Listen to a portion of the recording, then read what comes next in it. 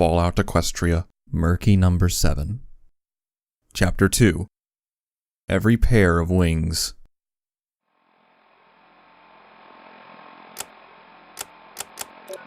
What did it feel like to be alone? For the longest time, I'd never known. To be alone, you must have had a presence to lose. For me, that'd been my mother. To witness her slowly getting smaller as I was dragged away over the wet mud into the barn of the rock farm was the first time in my life that I felt the painful sting of loneliness. But they say time heals all gaps in the soul whether you want them to or not, and the life of the slave took over. I missed her, but I no longer felt the loss of her presence so keenly as I once did. After all, my time around her had always been preordained to end. A childhood safety blanket that after growing up was thrown away once I'd come of age. That was how slavery worked. No, I'd never truly felt alone, because I'd always known I was going to be so one day. I'd been prepared for it, however subconsciously, by the conditioning that had become my forced instincts. That day in Philadelphia changed all that. A mother is a requirement. Every pony has one. It's the people you meet who you don't expect that defines your feelings of others. From birth till death sentence, I'd never known a single pony to come under that label. But approaching my darkest hour, I'd been shown not one, but 4. Number 6, the fearsome pony that had attempted to set me free and fought with terrifying brutality to escape. I'd been nothing but an acceptable tag-along to him, yet such an act was unique in my life. For no pony had ever lifted a hoof in my defense. He'd shown me the will to fight, to pursue and attain something. But as my mental instincts kicked in, I lost him to the Philadelphia ruins, presumably forever. The unknown mare, a pony that'd shown me kindness and concern when I'd been injured, who'd seen my somewhat more risque pictures, and only grinned rather than judged. For the brief few minutes I'd seen her, she'd given me hope that perhaps not all ponies were so quick to leap to assumptions. However, she too was now lost to the masses of slaves, never for me to know if she was even still alive, or even in Philadelphia anymore. Despite that, I couldn't remove her from my mind.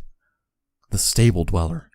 The pony who defied a master, who alone had fought and escaped from his clutches by ascending to the heavens above, taking with her the zebra that tried to kill her. A merciful act from a better soul that lit an inspiration in my heart and soul forever. The sight of her rising in the pit, bright, fearless, and wreathed in magic, would never leave me. I would have drawn it had I still a journal to draw in. Amongst Red Eye's best efforts, she'd escaped, and proven that leaving Philadelphia was possible.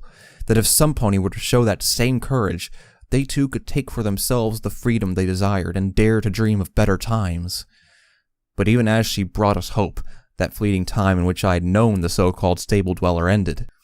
Philadelphia once again took control with no real visible change. For her impact was not in our environment, it was in our hearts. One by one, I'd lost the 3 ponies who'd shown me what it felt like to have another pony there for me. To protect me, to aid me, to inspire me. Now they were gone. And now, for the first time, I'd felt true loneliness. It had consumed me. Down in the muddy refuse pit, I'd lost my composure, my temper, and all understanding of what to do. Personal emotion was not something I was tailored to feel or deal with, despite my regular tears. But in the lowest moment, filled with rage at the solitude I could not comprehend, I was handed by fate the 4th, a voice that could not leave me, who I could see as a guiding light through the darkness of the wasteland. So long as the airwaves were open, I would never be alone again. So you see, my little ponies, today we bring you the first of a new wave of goodwill to all the unfortunates out there in Philadelphia. Yeah, that's right, all you slaves in that foul end of the wasteland can have a little cheer once more. Until recently, you've all been denied the privilege of my oh-so-wonderful tips and tunes. But no longer. DJ Pone 3 is in the airwaves. Oh, Red Eye can't stop this signal. Thanks to the efforts of the one and only stable dweller, these broadcasts can now reach you all the way down in Philadelphia to bring that little glimmer of hope to your lives. Warms the heart it does that finally I can let you understand that no, you haven't been forgotten out there. My pigsty hiding spot was gone, but I'd always had something of a talent for finding the little nooks and crannies in which to wriggle away and hide. In this case, an old feed cupboard within the petting zoos that stank of rot and damp with a collapsed roof. The fallen timber created a hidey hole that I could slink off into and listen. Now, information is still creeping into us from that direction, but from what I know thus far, it seems our stable dweller got a ride into Philadelphia itself. Not only that, but she made one heck of a show in front of that egomaniac himself, messed up his operation something fierce, and got the hay right back out there with another slave by her side. Tell you what, folks, I've seen some amazing stuff in my time, but even just hearing about this, she really is something special, that little mare. Isn't she just? I felt that smile creep back into my face again. I'd stuffed the device inside my jerkin to hide it as I crept back to the petting zoo a few hours later. Whiplash had returned, a nasty deterrent for the gangers to not attempt murder again. Not that it had stopped their more normal activities, however. My rump still stung from the half-buck as I had wriggled my way into the feed shed. I could hear them nearby, discussing things about mares I felt best to avoid my imagination dwelling too deeply on. So take to heart, little slaves. I'm with you all now. The Rebel DJ as a lovely alternative to all that nonsense Mr. I loves to spout all damn day long. Better music, too. Much as Pinky can bring a smile, that stuff does get a little grating after a while. But that's not all we offer here at Ten Pony Tower. We've got wasteland tips, tricks, and lessons to help give you all an edge to stay alive in there as best your little souls can, my little unfortunate ponies. But above all, you can come to this signal for respite. For an escape, just be careful. I can't imagine Red Eye appreciates superior radio. So find your hiding spots, relax, and get ready to experience some real sound. To let that hard and death-defying work shift slip from your mind for a few hours, and relax with a little Sweetie Belle, Sapphire Shores, or our wondrous new Velvet Remedy. Speaking of that hot-singing and hot-looking mare, hey, come on, credit where it's due. Here's some of her right now. I clutched the device tight, the volume down so low that only my strange hearing could detect a noise. The absolute last thing I needed was for the gangers to know about this precious device. I'd never leave it elsewhere. Better to remain strapped around my torso under my clothing. My jerkin was pretty good at keeping things hidden after all. It'd done so for a very long time, and now would do so for even longer with this device. Its volume could be low enough that only I could hear it, and remain hidden from everyone else. Only here, safe in a small place, could I take it out and hold it close, almost nuzzling the thing as I sought comfort from the hellish life that I could at last recognize as my own. Since yesterday I spotted a few slaves clutching similar radios, hiding them from slavers to tune into the new broadcast. The DJ had brought a silent, almost undetectable revolution of hope to them. I'd witnessed some being caught. The guards had standing orders to stamp it out wherever they could, both the radio and the slave. As the music began, a wonderful uplifting beat and beautifully struck first note caught my attention immediately. I heard this velvet sing of hope and better times, lighting the color in my imagination to follow what she sung of. I curled up, eyes clenched tightly shut as I held the device close, its small speaker against my ear. Music and voice in such harmony, blessed with a stirring tempo and words that spoke to my very soul. The song rose to a triumphant and motivating crescendo before the quiet and oh-so-gentle end. Almost before the dead silence between the tracks became unbearable, another began. The DJ was showcasing her to us, the wasteland's own born talent. I felt wetness on my hooves from holding the device to the side of my face. Even as I imagined the same beauty that she sang of, my body shuddered with emotion as the first real songs that felt like they were meant to help me continued through the night. I wanted to hear more, to see her, to try drawing her even though I didn't know anything about her. I just wanted to lose myself in that tune and stay imagining forever. Filled with emotion by the music and voice of Velvet, I fell asleep to the imagining of finding the beauty she sang of. I heard her voice in my head gently hushing me to not worry through the medium of her music, even as I felt a growing wind building in force outside. I'd fallen asleep with Velvet Remedy. My dreams of color, light, and optimism afforded me the first real sleep that did not contain the recurring night terrors of my masters deciding that they did not need me anymore. I only wish it could have lasted longer. With the comfort of the DJ and the music in my ears, I wanted to just sleep forever. To just not wake up and have to face the day once more. Philadelphia was rarely that kind. Yesterday I'd been awoken by whiplash beating on the pigsty. Today differed only in that the pigsty was a feed cupboard. A sharp rapping jerked me awake all the same. Murmuring and groaning quietly, I hastily hid the device under my jerkin, not daring to leave it behind where it might be stolen. Outside, I could still hear the wind whistling between the Fun Farm stalls like an ongoing howl in the air. Murky number 7, slaves tell me you're hiding in here. Now get your little rump out here. Whiplash. Normality had returned to Philadelphia. The day was about to begin again. Hazy-eyed, I rolled my neck and crawled slowly out. Each hoof that left the hiding spot hesitated with the wish to just dive right back into my cozy hole and go back to sleep. Judging from the light in the air, it was still the same night as I'd returned to the Fun Farm from the refuse pit. All the same, some more open air away from the rank stench of the 200-year-old rotting feed cupboard was easier to breathe. That was until I remembered it was radioactive and poisonous anyways. My throat felt dry and tight, while my stomach ached with neglect. It occurred to me that I hadn't been given any food or drink for over a day now, and the lack of nourishment was beginning to tell. Once in Philadelphia, I'd been reduced to drinking from a sink in the workplace just to survive until the next rations appeared. It hadn't helped my radiation sickness. Already I could feel my rad fever creeping back in as a stinging sweat all over. I pushed myself more fully out from the wooden door that had collapsed inwardly and immediately felt every muscle in my body stiffen in shock. Sweet Celestia, it was freezing out here. Where had that stuffy heat gone? What was this wind? The gusts hurtling through the petting zoo felt like they went right through me, chilling to the bone, never mind the body as a whole. Looking off to the side, I could see what looked like a growing storm over the nearby hills outside the wall. The clouded sky had become dark, rumbling menacingly in the far-off distance. Thunder, probably a storm coming this way too. I shuddered. Nobody had told me about the rain in Philadelphia on my first night. Coming through the poisoned cloud of radiation and industry, it burned. Philadelphia was known for its blistering and stifling heat, but the wasteland, ever powerful in Equestria, could do as it willed anywhere, including making my personal hell freeze over, apparently.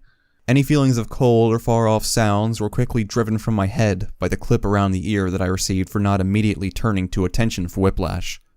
Caught off balance and still physically exhausted from yesterday, I stumbled and fell from the stinging strike, only barely catching myself before my head rattled off a rock. Get it together, you filthy little wretch! Get the hell up! Whiplash's voice was like his signature item, sharp and cracking for emphasis as I felt him wander forward, kicking me in the ribs every second I delayed as I attempted to get my sore hooves under me and rise. Wincing in pain already, I reflected that this was probably not going to be a very good day. Well, another one to add to the pile since I was bought by Master Red-Eye. Turning, I bowed my head before looking up at Whiplash. Clearly I had been just in time, for that length of leather was already drawn, his whip ready to strike me if I delayed any further. He must have seen the twitch of fear in my eyes, for the whip moved forward to lightly bat my face to either side on each major punctuation of his speech. You will come when I tell you. No delays, Merc. I'm getting tired of this dragging you out of holes. Do you think I have the fucking time to waste on you? I shook my head. An oral reply, I'd learned, more often bred a twisting of words and a fierce lashing. Good. The only reason I'm not having you strung up and whipped till your back is raw flesh is because your shift changed, he sternly announced, walking back to the main zoo area. Your number came up. Lucky number 7, right? He sneered at me as I tried to fight the urge to roll my eyes. If I had a morsel of food for every time I'd heard that joke, I'd only be slightly malnourished instead of ghoul-like. I backpedaled into the wooden side of the petting zoo feed hut as he approached, reaching into his saddlebag. My imagination went wild. Whiplash not using his whip? What was it then? Pliers? A mallet? It was a piece of old yellowed parchment and a quill. He threw them at my hooves. Take a note, Merc. I need you to remember this precisely. I simply stared at the parchment and quill like it was an indecipherable puzzle. Master? I started. I can't write. Whiplash turned his head to me, eyes narrowing as his magic picked up both the quill and whip, a look of, "You're kidding. You're kidding, right?" on his face before grunting in annoyance and drawing the parchment up before him as well. Well, I'll write it then. I can't read either, I muttered, closing my eyes and whinnying as I lowered my head. His whip blurred and cracked upon my face. I screamed, leaping backwards on instinct, half falling into the feeding hut hole again as a line of agony tore across my forehead. My hooves came up to protect it against further strikes from that whip, feeling a small trickle of blood dripping from my forehead onto them. I hesitantly opened my eyes to see the whip raised, ready to strike again. I swear to Luna's almighty royal arse, Merc, you are the most useless slave I have ever had the misfortune to own. Now you listen up, boy, and you listen good. I'm going to tell you this message once. And if you fuck it up, then I promise you'll be working the Parasprite pits from tomorrow onwards. I opened my mouth to beg or plead. The Parasprite pits were a death sentence. Those little flying critters had been twisted by the radiation into carnivorous little demons. We'd all heard the story of the pony that got one in her mouth and had been eaten from the inside out by an ever-growing swarm. I didn't know if that nightmare-inducing situation was true, but I'd seen a pony without a hazard suit devoured by a loose swarm in mere seconds. Working in the pits to incinerate them was danger beyond any other appointed shift, even more than exploring the crater or stable. However, I was not given the chance to voice my begging against being sent there. "I need some pony to run a message for me," he continued, throwing the parchment and quill back at me anyways. "I've got a request for 4 new slaves from Wicked Slit after yesterday's work shift. Apparently 3 of them fell into a vat of molten metal or something. The 4th was sent to the pit." He narrowed his eyes for a second, before shrugging. "I guess that means you only need 3, given the last one is probably you. But that psycho bitch could probably do with another one to keep her mollified anyway. You go straight to the manufacturing foundry, Murk. She'll not be on the shop floor this time of night, so you need to go find her in the overseer huts near the factory." I groaned out loud. My own sleepiness had been warning me, but here was the confirmation. I'd indeed been woken up early. This was out-of-hours shift work, and in this case it involved potentially having to wake up a slaver who I doubted would be too pleased to see me, let alone have me interrupt her sleep. If Whiplash cared for my obvious discomfort, he didn't show it, simply letting the instructions sink in before continuing. "Tell her that the slaves will be delayed today. She won't have them. The groups are still too messed up from all that pandemonium yesterday." "Oh great. It's bad news." This just got better and better. "However, on account of you surviving, somehow, you are to mention that she will have you back to continue work in her foundry." I wanted to just start beating my head off of the feed hut's wall. Back to that routine again for another few months until my inevitable poisoned air death? Is that what I'd been through all this for? "Now she won't be too happy, so that's why I'm sending you." Oh, come on! What was this? I had to speak up, but mentally I was already preparing how to best tell Wicked Slit to not shoot the messenger. A neon sign from 3 miles away seemed the best option at this point, accompanied by a very fast train to get on. Master, I don't think that's a good idea. She isn't too fond of me as a worker," I squeaked out, eyes warily watching that whip of his. "In fact, I think she outright doesn't want me."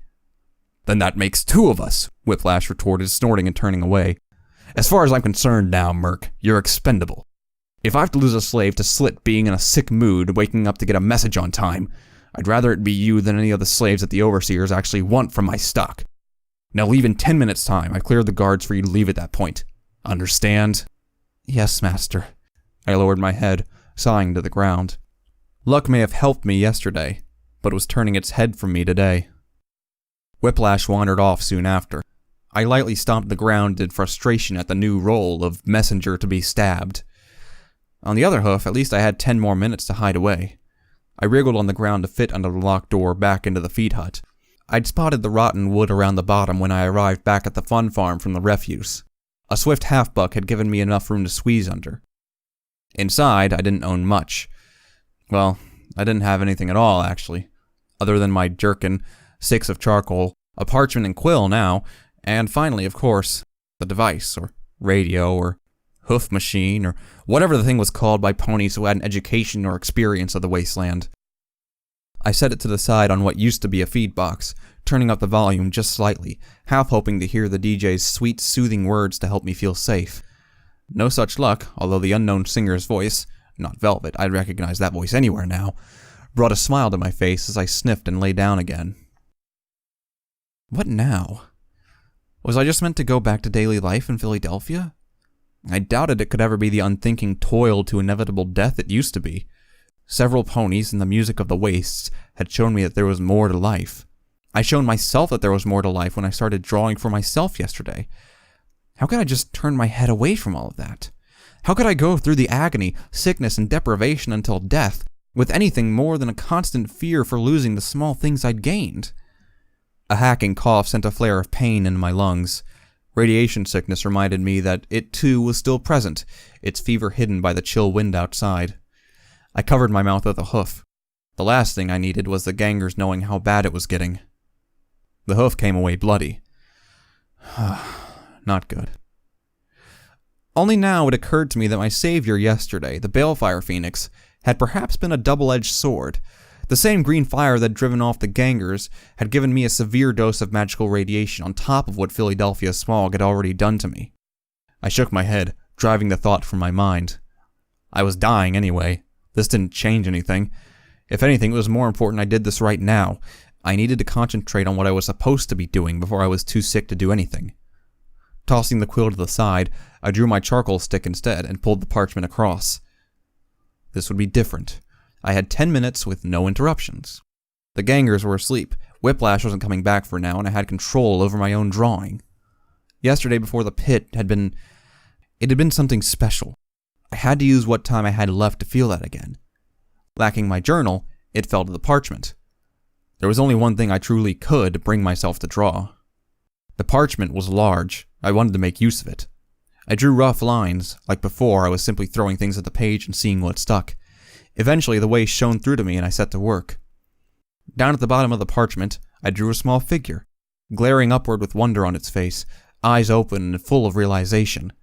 He held limply in his hooves a small device. I dearly wanted to draw what was above him, but that had to wait. Some things needed finishing before it. To the right, much bigger. Dark and brooding, sharp designs and a look of absolute cold determination. I even felt fear just by looking at him on the paper from my own charcoal's rendition. On the right of the drawing space, he stood with his head low and ready to unleash imminent violence. As my charcoal darkened the tribal designs, I began to notice that I had unwittingly drawn him to be looking away from the small pony in the center, as though protecting him. To the left, I began to draw a second pony. Quickly I changed, instead doing just her face. A mare with a flowing mane looking off to the left of the parchment with concern and kindness. I remembered that face.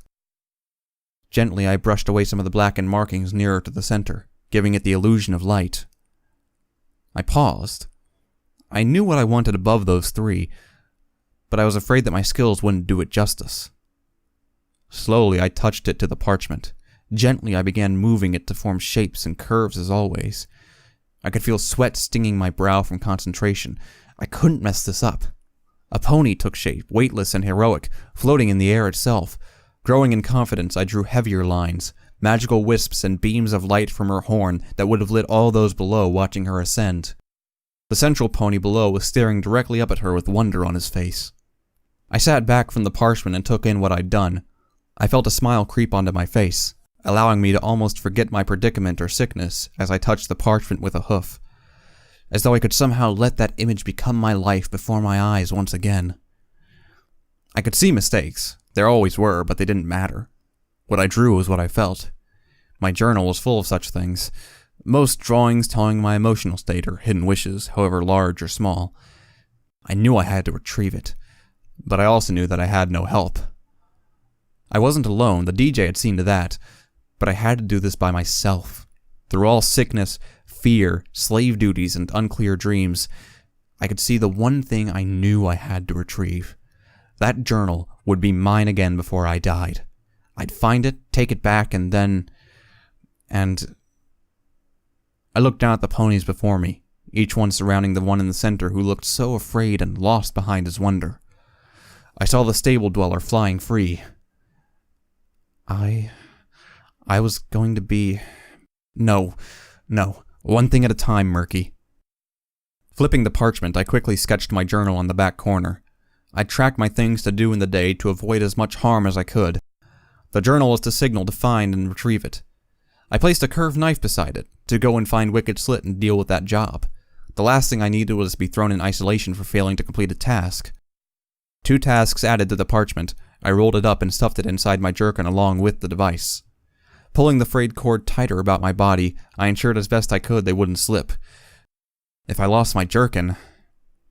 Shaking my head, I sat and for the remaining minute tried to figure out why, despite an objective to go for and something to accomplish, I still didn't feel brave or heroic at all. I was willing to bet the stable dweller never felt this way. The 10 minutes had passed. My resolve to begin acting for myself and seek what I wanted had not wavered, but as I crawled out into the reality of Philadelphia, the safety of my drawings and wishes fell away to the cold and harsh weather through the normally stiflingly warm city. No, I was not brave. No doubt there would be tears, whining, and pain to go yet. But I held tightly in my mind the hope that it was all leading to an end soon, and that sometime soon it might be worth it in the end. I shook, trying to work some feeling into my quickly numbing limbs before moving out. I could see the other slaves clustered together in corners, sharing body heat against the wind. A few, woken by my yelp of pain earlier, glared with hateful eyes at me, apparently jealous of my ability to fit into small places for warmth. The gangers in particular seemed to be looking at me with grim intentions. They'd taken shelter in the ruins of the pigsty, the only remaining wall dragged around as a primitive windbreak. Seeing it sparked a memory in my mind of being dragged along this ground, chained around my legs as I watched the sketch of my mother disappear from view. Whiplash wasn't nearby anymore, so I couldn't linger much longer. But as I harbored the quest to reclaim what was mine, a thought struck me. Those gangers had come back here after chasing me down last night, and I knew for a fact that no other slave would touch the spoils of their conquest over me, lest they become a new target. So it stood to reason that those gangers knew what had happened to my sketchbook. After a second, it occurred to me that perhaps standing and staring at them wasn't the greatest plan of mine thus far. The black-haired buck in particular was eyeing me with murderous intent. His muzzle still looked swollen from where I'd given it a good kick. Perhaps, though, if I played this right, I might get a few clues. "What do you think you're looking at, runt?" Nothing, I answered as I turned my head away from them. I just wanted to find my journal. "What?" The second buck looked around before grinning. "That thing of yours? Oh, don't worry, it went to a better cause. Got some good swag for it on the slave market." The what? I've never heard of such a thing in Philadelphia, although it didn't sound impossible. Everywhere I'd been, slaves had traded things behind slaver backs, or sometimes even in direct view if the material was innocent enough. But a market? I didn't suppose it was impossible. After all, Master Red Eye wasn't stupid. Allowing the slaves a small area to trade their meager belongings would go a long way to keeping them in line. "You wantin' trouble? What are you doing just standing there, runt? Looking for your head bucked in?" I drew breath quickly, backing away and shaking my head. No, please let them think I was just frozen in fear. Please. Please, please. "Yeah, you better back off. Just wait, runt. Just wait till you've got no place left to hide at night," the mare threatened menacingly, spitting into the dirt. "After all, you're expendable now, remember?" I heard her sick laughter even as I turned and galloped out of the fun farm, struggling not to show the terror on my face until they were out of sight. It took me a good 10 minutes to build the courage up to go back again. I wasn't done in the fun farm, not at all. For as much as they terrified me, I wanted that journal. I needed that journal. The one thing that I'd shown to myself, that I could break my chains in my own mind, was lost to me. I had to reclaim it. I had to see her again. The pigsty had been located near the edge of the low scrap wall surrounding the petting zoo that marked our enclosure. My idea was to sneak back around and hide just opposite the gangers on the other side. If I kept low and crept, I could lie unnoticed and eavesdrop. I would often sneak around using my size to remain hidden behind small objects. I'd once done it to steal food from my master back on the rock farm. Part of my mind, the one trying to push me to ignore this and go and do my slave duty before I was noticed, seemed to take sick pleasure in reminding me that, yeah, I did sneak out then. I got caught. This is going to stretch my time thin. Being late to bring a message to Wicked Slit often meant being late getting back to your enclosure on account of having to limp the entire way. Circling around the petting zoo while trying to calm my beating heart, I hid behind a small stall. What it once sold was indecipherable, or perhaps I just couldn't understand the words. Possibly both. My entire body was sweating from the effort it was taking to overcome my fear, but they were the only ones who held any clue as to where my journal had gone. I needed to listen for any clues they might let slip. Names, places, shifts, anything that might give me a lead. The petting zoo wall is about 20 feet away across the blasted remains of what I had guessed was a field where larger animals were kept in the fun farm's heyday. No noise came from the other side, and I could only occasionally see the top of one of their manes popping up above the top of the wall. Made of scrap metal and rotting wood, it functioned only as a border. If they were to spot me, it would prove no obstacle, and there was no humongous balefire phoenix to save me this time, not to mention I doubted I could survive another rad burst like that. Gulping down fear, I put one shaking hoof in front of the other and began creeping forwards. Every small step lit another part of my brain instructing me to turn around. The bleeding wound on my forehead from Whiplash's strike throbbed to remind me of what would happen if I weren't done on time.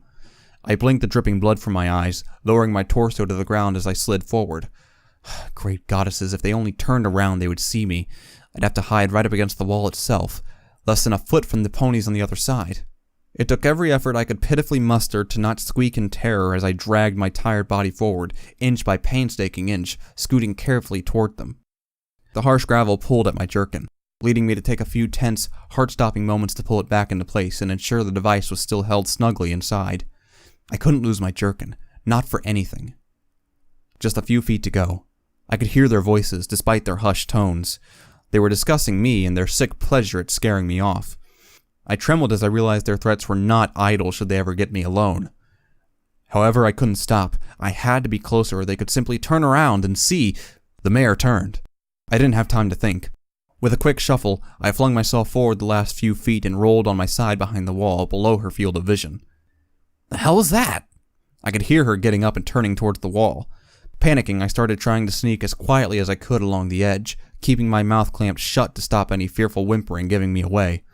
Every small movement felt deafening to me. My heartbeat alone would be loud enough to hear, surely. The mare's head peered over the wall behind me. I prayed deeply. Please don't look to the left. Don't look to the left. Anything? A rad roach or some shit. She moved away from the wall as I took the first breath in over a minute. Resting my head on the ground, I tried to ensure my staggered breathing wasn't too loud as I closed my eyes and shivered on the spot. I was in position. I could still hear them just over the wall. I swear the moment I know I'm dying, I'm bringing that bastard overseer down with me. It was the black-haired buck. I recognized the slight muffling on his words. Fuck that noise. Only pony he's getting throttled by is me, Lemon. That was the mare. But the brown and black buck was called Lemon? That didn't make any sense at all. Perhaps he dyed his mane. I'd occasionally wondered if I'd like that done. Get rid of this murky, color and get something brighter like a light blonde. I listened to them complaining about who I guessed was a shift overseer from wherever they got sent each day. Apparently the stallion was a pretty mean apple who delighted in giving gangs a hard time. Briefly, I sent a little thanks in my thoughts to the overseer and wished him the best of luck in his future for the act. No matter, continued the mare. You can get rid of your frustrations on the runt when he comes back. Here, Lemon, after the food comes around, get those hooves of yours into smashing that feed shed. Doubt Whiplash will complain. Anna will lose his only place to hide. I'd like to see how his raggedy little coat takes this wind chill when he ain't got no pony to bet up with. Even the other slaves avoid him, afraid we'll take him on. I had to bite my lip to stop myself from whimpering out loud as I felt tears well up in my eyes in abject terror. One way or another, I was going to be badly hurt by the end of the day, either by Whiplash, Wicked Slit, or the gang. Holding my head in my hooves, I racked my brain to try to think of a way out of this. How could I avoid the beating? Thoughts were slow in coming, like some cogs in the machine of my brain just weren't there at all, never mind being slow. I wasn't brought up to make decisions or be decisive. I just followed. The stable dweller would know what to do here. I didn't. That fact hurt. It hurt bad, because I knew my day was taking an inevitable turn. No matter what, it would end in my returning here for punishment of some sort or another. The most I could do was steel myself against it. Yeah, me. Steeling myself.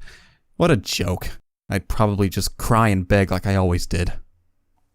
Hey, you got that Wing Boner magazine there, Noose? Yeah? The mare I now knew as Noose lashed back, her voice savage and filled with possessiveness. I'm not done with it yet. You've had it since we got it from the damn market, Lemon threw back. Come on! I've never seen them Pegasi like that before. Then you'll wait your turn to read it, Noose spat. All they're good for these days is sitting on clouds and being pictures in old magazines for our benefit, so I'm gonna enjoy it as long as I damn well want. Like you could ever enjoy anything like that for long, Noose.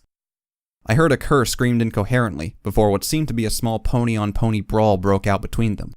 The sound of them scuffling on the ground, swearing colorfully and beating one another around reminded me all too much of the sounds I'd heard in the pit. Well, at first, at least.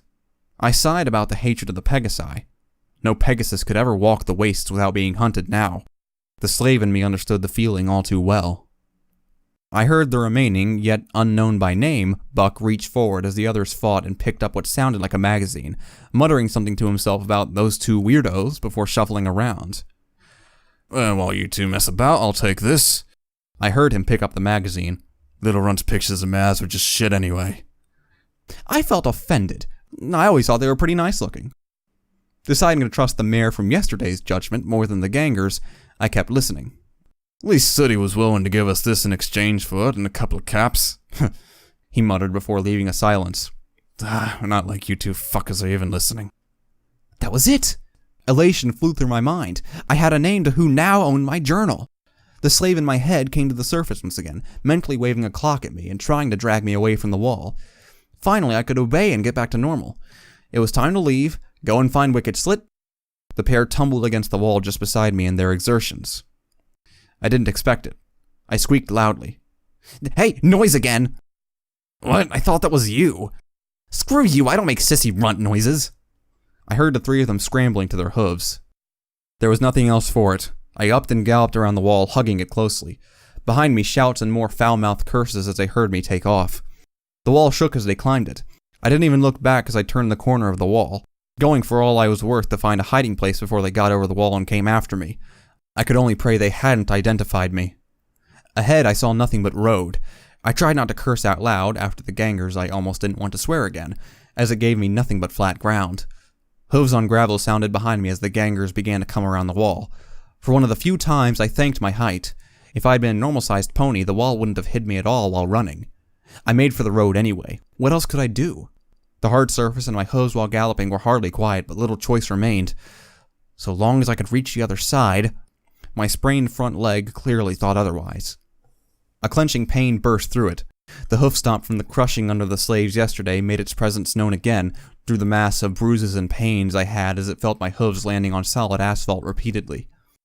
I fell with a cry of pain, going head over hooves to collapse off the side of the road and down the embankment, the pain in my leg throbbing wildly. I could run no more. Yesterday's exertion had caught up with me through the wounds. I heard him fall off over there. They're over the road. Noose's vile tongue echoed between the ruined buildings as I lay in the blackened gravel at the side of the road. A foul stench was in my nostrils, making me gag as I lay, awaiting them to appear over the top and do whatever it was they were wanting to do. No Phoenix to come to my aid now, and I highly doubted number 6 was going to stop doing his own things to come out and rescue me.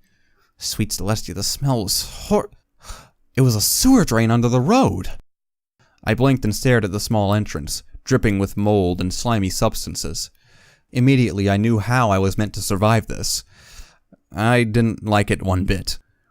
The sound of Noose's hooves coming closer reminded me that I disliked dying even more. Crawling with 3 hooves, I pulled myself along the ground, smearing over the exuded gel-like liquid coming out of the drain. There was no way this wasn't going to be highly radioactive or filled with disease, but at this point I doubted my life expectancy would really be worth worrying about. Trying not to breathe, I pulled myself into the small tubular drain and curled up inside it, feeling wet, mushy material squelch beneath me. The gangers ran over the road, their hooves sending echoes down into the drain as they leapt above the entrance. I stared upon them from behind as they stopped and looked around. I'd never noticed this drain until I'd been lying down randomly from falling. Surely they'd never notice. What's that smell? Oh, come on! They paused, looking around and wandering past the drain a few times, muttering about the smell it was making. They couldn't miss the entrance, but if they thought to look inside... Forget it. Whoever that was, he's long gone. Unless they hid in the drain. I froze, every muscle tensing up, my foreleg aching from the injury all the more. I could feel my sickness building, the stench and tension in my stomach making me want to cough again. What the hell? Only that filthy little runt would do that, and he's way too scared of us to eavesdrop. Just come on. I don't want that bastard Whiplash giving me another doing. I heard them wander off, the buck who'd offered to check the drain reluctantly trotting after them. With relief, I pulled myself from the drain. With a hideous sucking noise, my hind legs came free from the smelly slime that composed the bottom of the pipe, letting me wade through the damp muck surrounding the entrance. I fought the urge to vomit as I let out the rasping cough that I'd somehow held in. Checking myself over once again, I felt the rad sores in my back left leg stinging and burning from rubbing on the ground. I was coated in drainage gunk. My jerkin was damp as well. I didn't even want to identify what was clinging over my cutie mark. I just wanted to stop, to go into the building to throw up and just lie down and let myself expire for the day. Or forever. But instinct, for all the stable dweller's inspiration, still existed in my mind. I pulled my jerkin tighter, made sure the radio was still intact, and set about being a slave. What a pathetic little sight I was after that. Just a small pony, limping slowly down the roads in the howling cold wind, with a yelp of pain with every step of his front left hoof. A pony covered in the stinking slough of a drain. A pony stopping only to let out a hacking cough from radiation sickness. A pony, a slave, carrying on walking to his eternal place of work to no doubt be hurt more, with nothing more than a promise of pain on his shift's end. I couldn't take this, not anymore. I needed something to give me hope, more than just scrawls on a piece of parchment. That journal had to be mine again, to see my mother once more. Those pages had come to mean freedom in some way. I silently pleaded to the goddesses, praying that I was right, that by doing something for myself, I might finally break the chains and have the courage to do something more, something greater, to follow her. Choking down the pain, I carried on. Waking up Wicked Slit went much as expected. Even a pained, exhausted, and dizzy pony like me could muster enough strength to hightail it out of her scrap-built hut at high speed, especially when I saw a huge knife like that being magically lifted with great purpose from the dresser beside her bed. Lacking any support from her guards to wake the overseer, I had been reduced to simply prodding her with a hoof, from as far away as I could, while getting ready to run. I'd had time to blurt out, "Slaves late, 1 extra, I'm back," before I'd seen the awoken fury in her eyes and immediately scampered for the door. My mind caught up with me, only now realizing that there had been one other lump under the dirty covers beside her. Oh, this wasn't going to be good at all. Not only had I woken Slit, I'd woken her up while sleeping off. Actually, I didn't want to think about that one too hard. Diving out her doorway, I stumbled down the metal stairs leading to the second-floor workers' quarters she inhabited, falling into a broken concrete road outside. I saw Wicked Slit scramble to the door, teeth bared and a bed mane sitting messily around her head. "Murky number 7, I'm going to make you wish you'd never been born." I fought the temptation to shout back, "Agreed," as I got to my hooves and galloped for the gateway out of the factory. All around me, ponies working with magical auto-axes were tearing hunks of metal into fragments for the melting pots. They glanced up in curiosity at the sight of me diving madly from their overseer's hut. "I am going to fuck you up so badly, Murk. You get back in here right now. Close the gate." To my horror, the guards outside reacted with enough speed to slam the door shut in my face. I hit the thick metal just hard enough to come off all fours and fall to the floor with a groan. As I turned to look behind me, I could swear some of the slaves were trying not to giggle at the misheard context of her last sentence. Wicked Slit advanced, devoid of clothing but still carrying that knife magically in the air beside her. I closed my eyes, half expecting the knife to descend. Instead, I just heard the sound of magic as she dragged me by the tail back toward her hut with her own telekinesis. "I swear, I'm going to strap you down to stop you running away someday, you spineless wretch." I saw some slaves snort in laughter, and some of the guards. I face-hoofed even through my fear. I could almost hear the rumors already. "Now get in here. I'm not done with you." She telekinetically hurled me inside, shooed the buck from the bed out, and slammed the door as I heard the entire workyard roar with laughter. I sat meekly in the middle of the floor as Wicked Slit paced across to her small desk. Sitting on a cushion behind it, she glared at me before slamming the knife point down into the floor a few inches from me. Wrinkling her nose, Slit made sure to keep me some distance from her desk. "I'm not even gonna ask why you're covered in shit, Murk. Alright, you got 5 seconds to explain why you woke me, and why you had to do it with a hoof that's been in some latrine somewhere." I wasn't gonna waste them. Whiplash, he says the slaves will be late because they're all messed up and stuff, but you get an extra one." I tried to smile. "And it's me, ma'am." Someday, I was going to learn that smiling was not something that would help with Wicked Slit. Why, oh why couldn't I learn to just nod and shake my head again?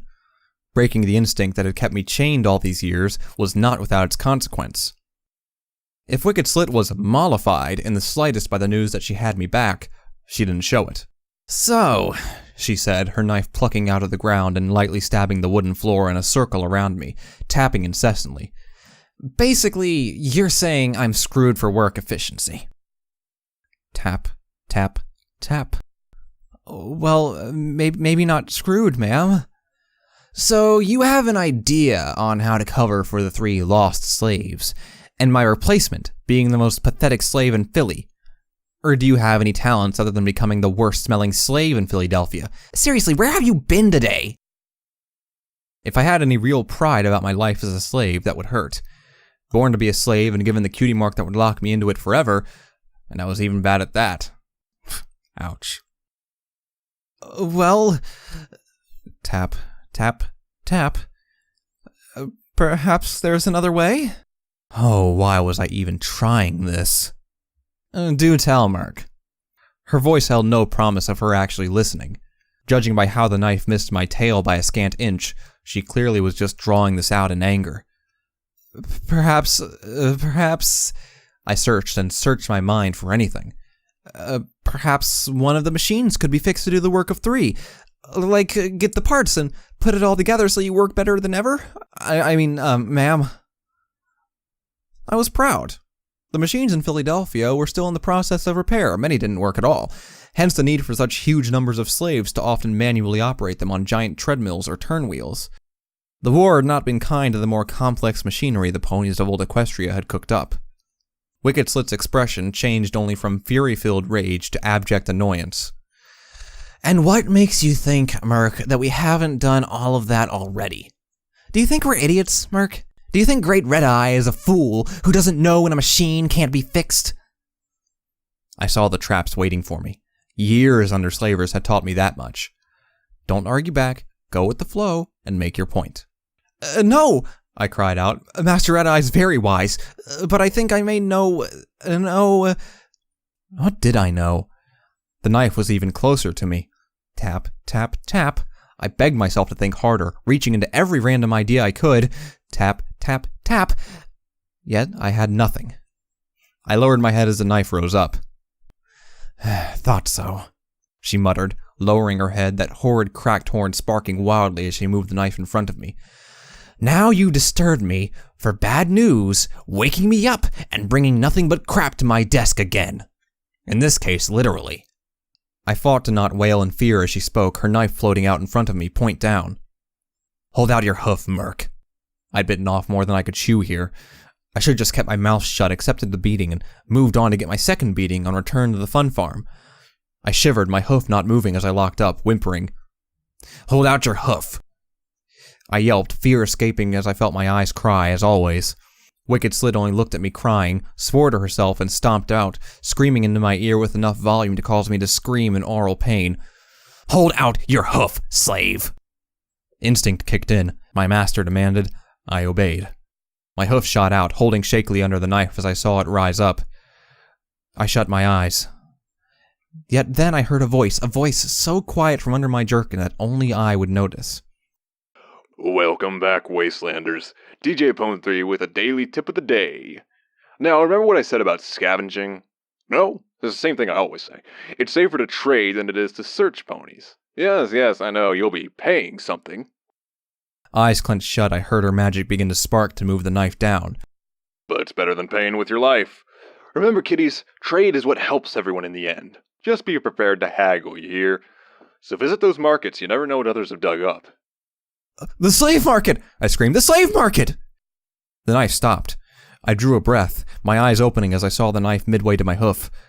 I didn't dare move it. What, Murk? The slave market, ma'am. Perhaps they've got something they found and hid. Wicked Slit paused, the knife spinning on the spot. Did she ever stop moving it?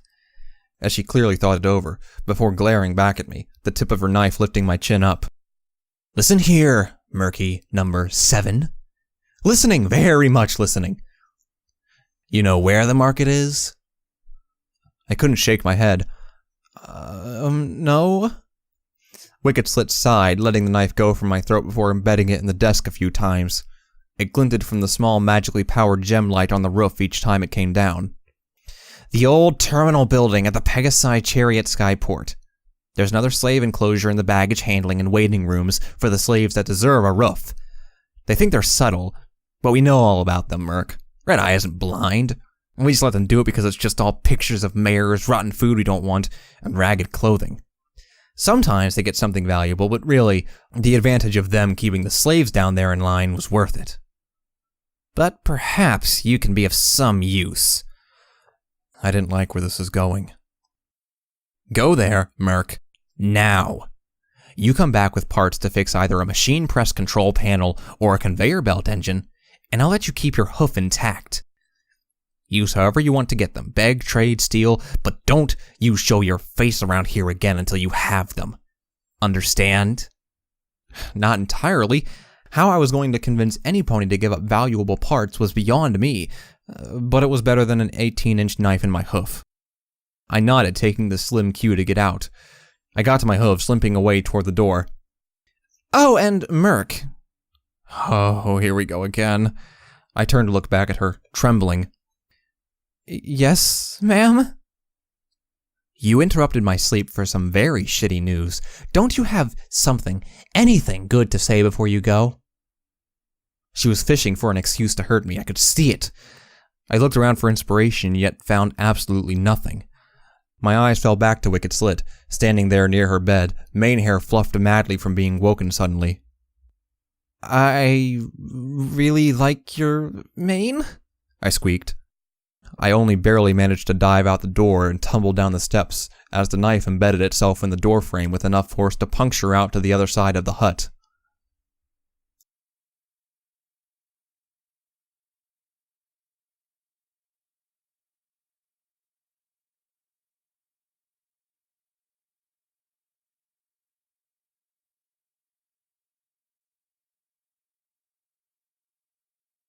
Entering another slave master's enclosure was not particularly difficult for a slave. After all, if you were indeed a runaway, you'd be missed at roll call each morning anyway, so they had no real objection to a slave without a shift wandering into their territory. The fact that most of Philadelphia was still confused and recovering from the slave riots only harried Red Eye's force's efforts to control the exact location of each individual within the wall. Besides, I had Wicked Slit's approval to be here now, if no way to really show it. If confronted, I had to hope that her name carried enough weight to permit me access, or avoid the guards simply throwing me out the door again. If that happened, suddenly this would have to become a lot more covert than before. There was no way in Equestria I was returning to Wicked Slit empty-hoofed. I liked having 4 functional legs.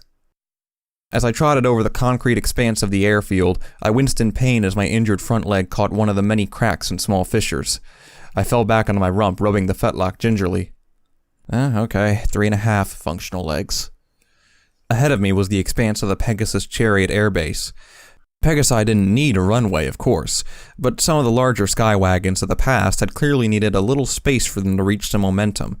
Strewn across the field were the mangled and blackened wrecks of every type of chariot imaginable, from small personal transports to huge antique flying sky tanks, as well as everything in between.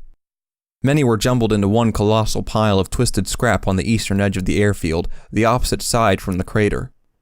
Their light materials had simply been blasted away by the force of the Zebra Megaspell to become a small mountain of metal against the walls of the hangars that lined the eastern border. Briefly, I imagined what it might be like to fly with one of them tied behind you. I kept an eye on the vehicles, tightening my jerkin. Even as I watched, slaves picked over them.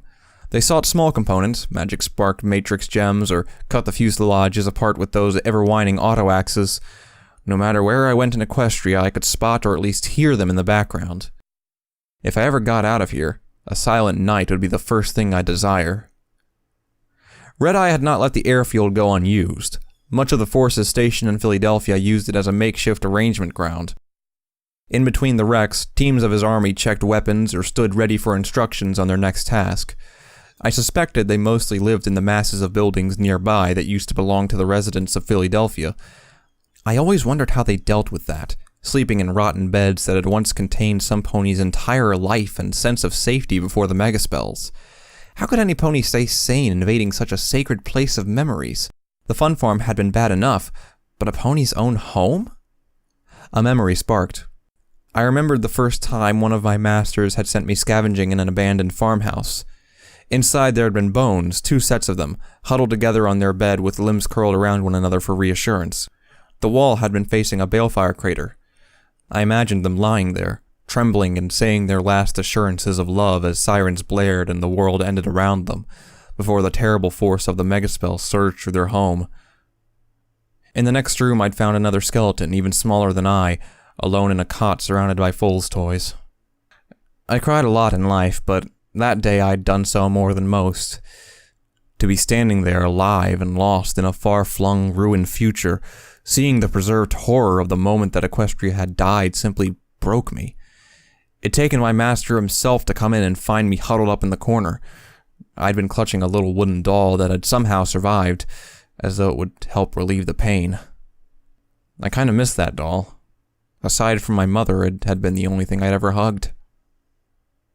Shaking my head, I let my eyes traverse toward the airfield's terminal and away from the homes of Philadelphia. One farm had been bad enough. To linger on the hundreds of households holding all sorts of memories would probably drive me insane if I stopped to think about it. Getting to my hooves, I began the journey to the entrance from the runways. The terminal was a strange building. Most huge public buildings I'd witnessed tended to try and be somewhat fancy or stand out. I'd once glimpsed Ten Pony Tower while being dragged through Manhattan toward my next master. The colossal building had struck me as rather pretty, as though some of its elegance had survived the bombs. The terminal, however, was somewhat more hardened. Pillars supported a flat-top dome and a slight throwback to the architecture the Pegasi of old used to have in their cloud cities. A book my mother had once called an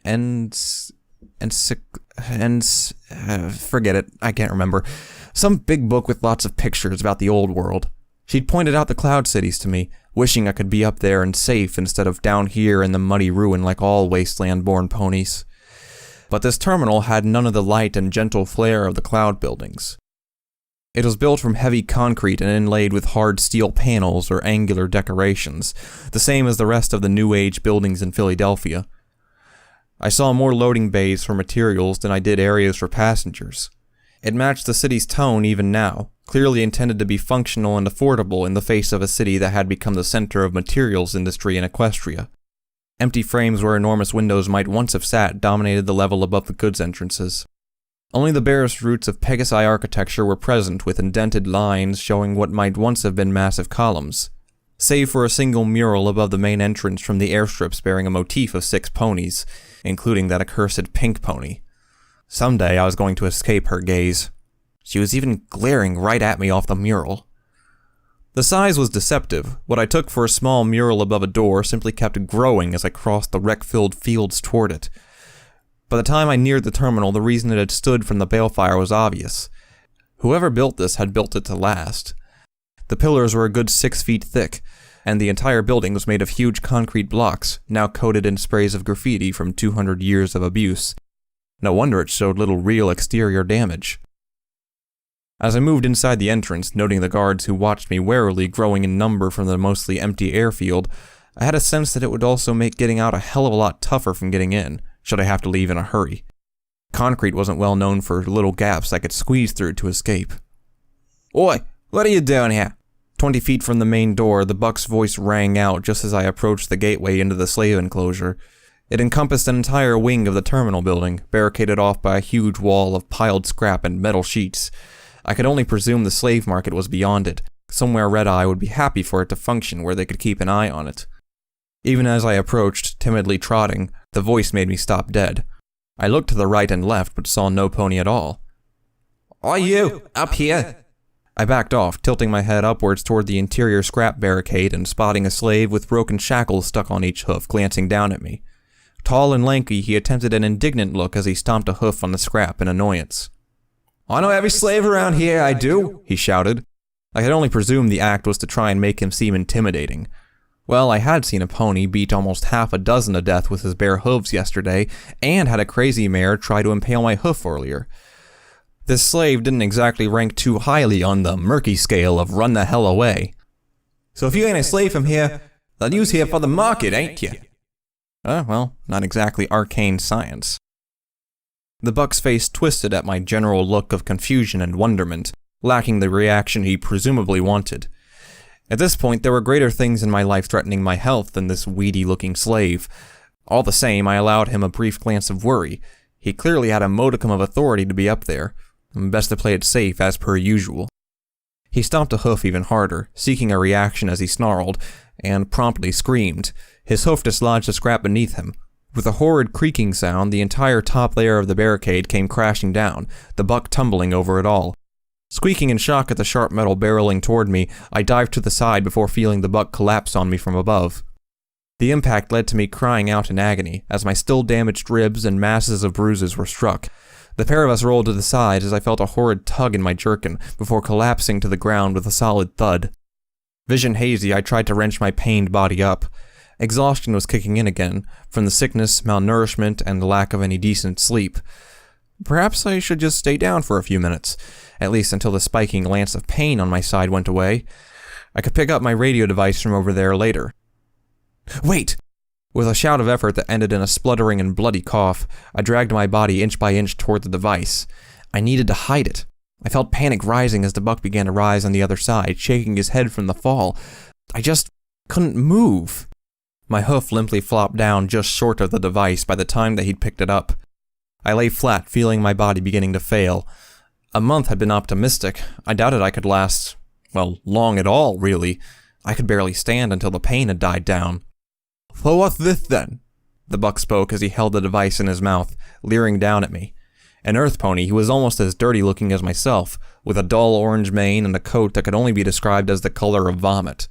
This included the specks and lumps, made instead of boils and scabs from the sickness that pervaded Philadelphia. Nothing!" I shouted as best I could, reaching a hoof up. "It's nothing! Just a bit of old scrap I'd wanted to trade with." The buck spat out the device to the side before stepping on it with a hoof to keep it still. "So you want into the slave market, eh?" he said slyly, inclining his head toward me. "Yes, please." He rolled his eyes and gave me a nudge with his hoof to get up. With a grunt of exertion, I obeyed, before almost collapsing again as I sputtered and choked on a dry cough. The buck backed off quickly as he saw the light splatters of blood on the ground. So you're after medicine, I see," he muttered before laughing and kicking the device just behind him. "Well, I guess you'll have to submit to a search when you go in and come out. Oh, and of course," he added, "pay the fee to get in. This isn't your enclosure." Wiping my mouth with a hoof to clear the blood, cringing as I remembered the sewer pipe, I shook my head. "I don't have anything to give." The buck tapped the device with his back hoof lightly. "Not anymore." "Oh no way. That device is the only thing that kept me going. I was living on borrowed time with a sickness and untreated wounds that were eating away at me. The dried blood on my scalp still stung as much as the near-broken hoof from yesterday ached. All the while my lungs felt ready to pop out of my mouth the next time I coughed. Without that device constantly broadcasting, I didn't think I could have made it without the hope it gave me. The hope that I could do something worthwhile before I succumbed here." "No!" I shouted, stumbling forward to try to grab the device, only for the buck to simply knock it out of the way again with a hoof. This was like a child trying to get something away from an older sibling. If I'd been healthier, I knew I could have been more agile, but in this state, I was just a little weakling pawing at him, as small as he was, too. "Oh, no, he cooed.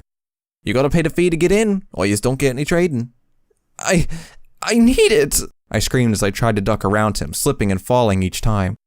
I fought back the urge to cry. Not in front of this pony. I'd been shot at, put in the pit, well, kinda, and survived a riot. I was not going to cry in front of this little slave. I wasn't. I couldn't get it back. I stepped back after my last desperate grab for the device, strength leaving me as my stamina failed. "There we go. Accept that this is mine and you can go in," he sneered. "And get me something on the way out if you want to pass this border again. Red Eye doesn't care what we do, so long as we don't have any items he wants in our enclosure, or that get in the way of our work shifts. So this is our job and right to claim."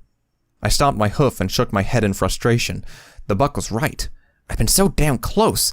Not only was I having to risk everything for Slit, now I was losing my radio device hoof machine thingy in the process too. As I dejectedly turned, another buck's voice rang out. This one less nasal as the first buck, but filled with a curious tone.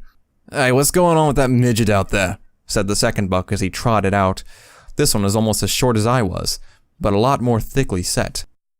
Figures, I thought, that the tall and skinny one and the short and stubby one would be together.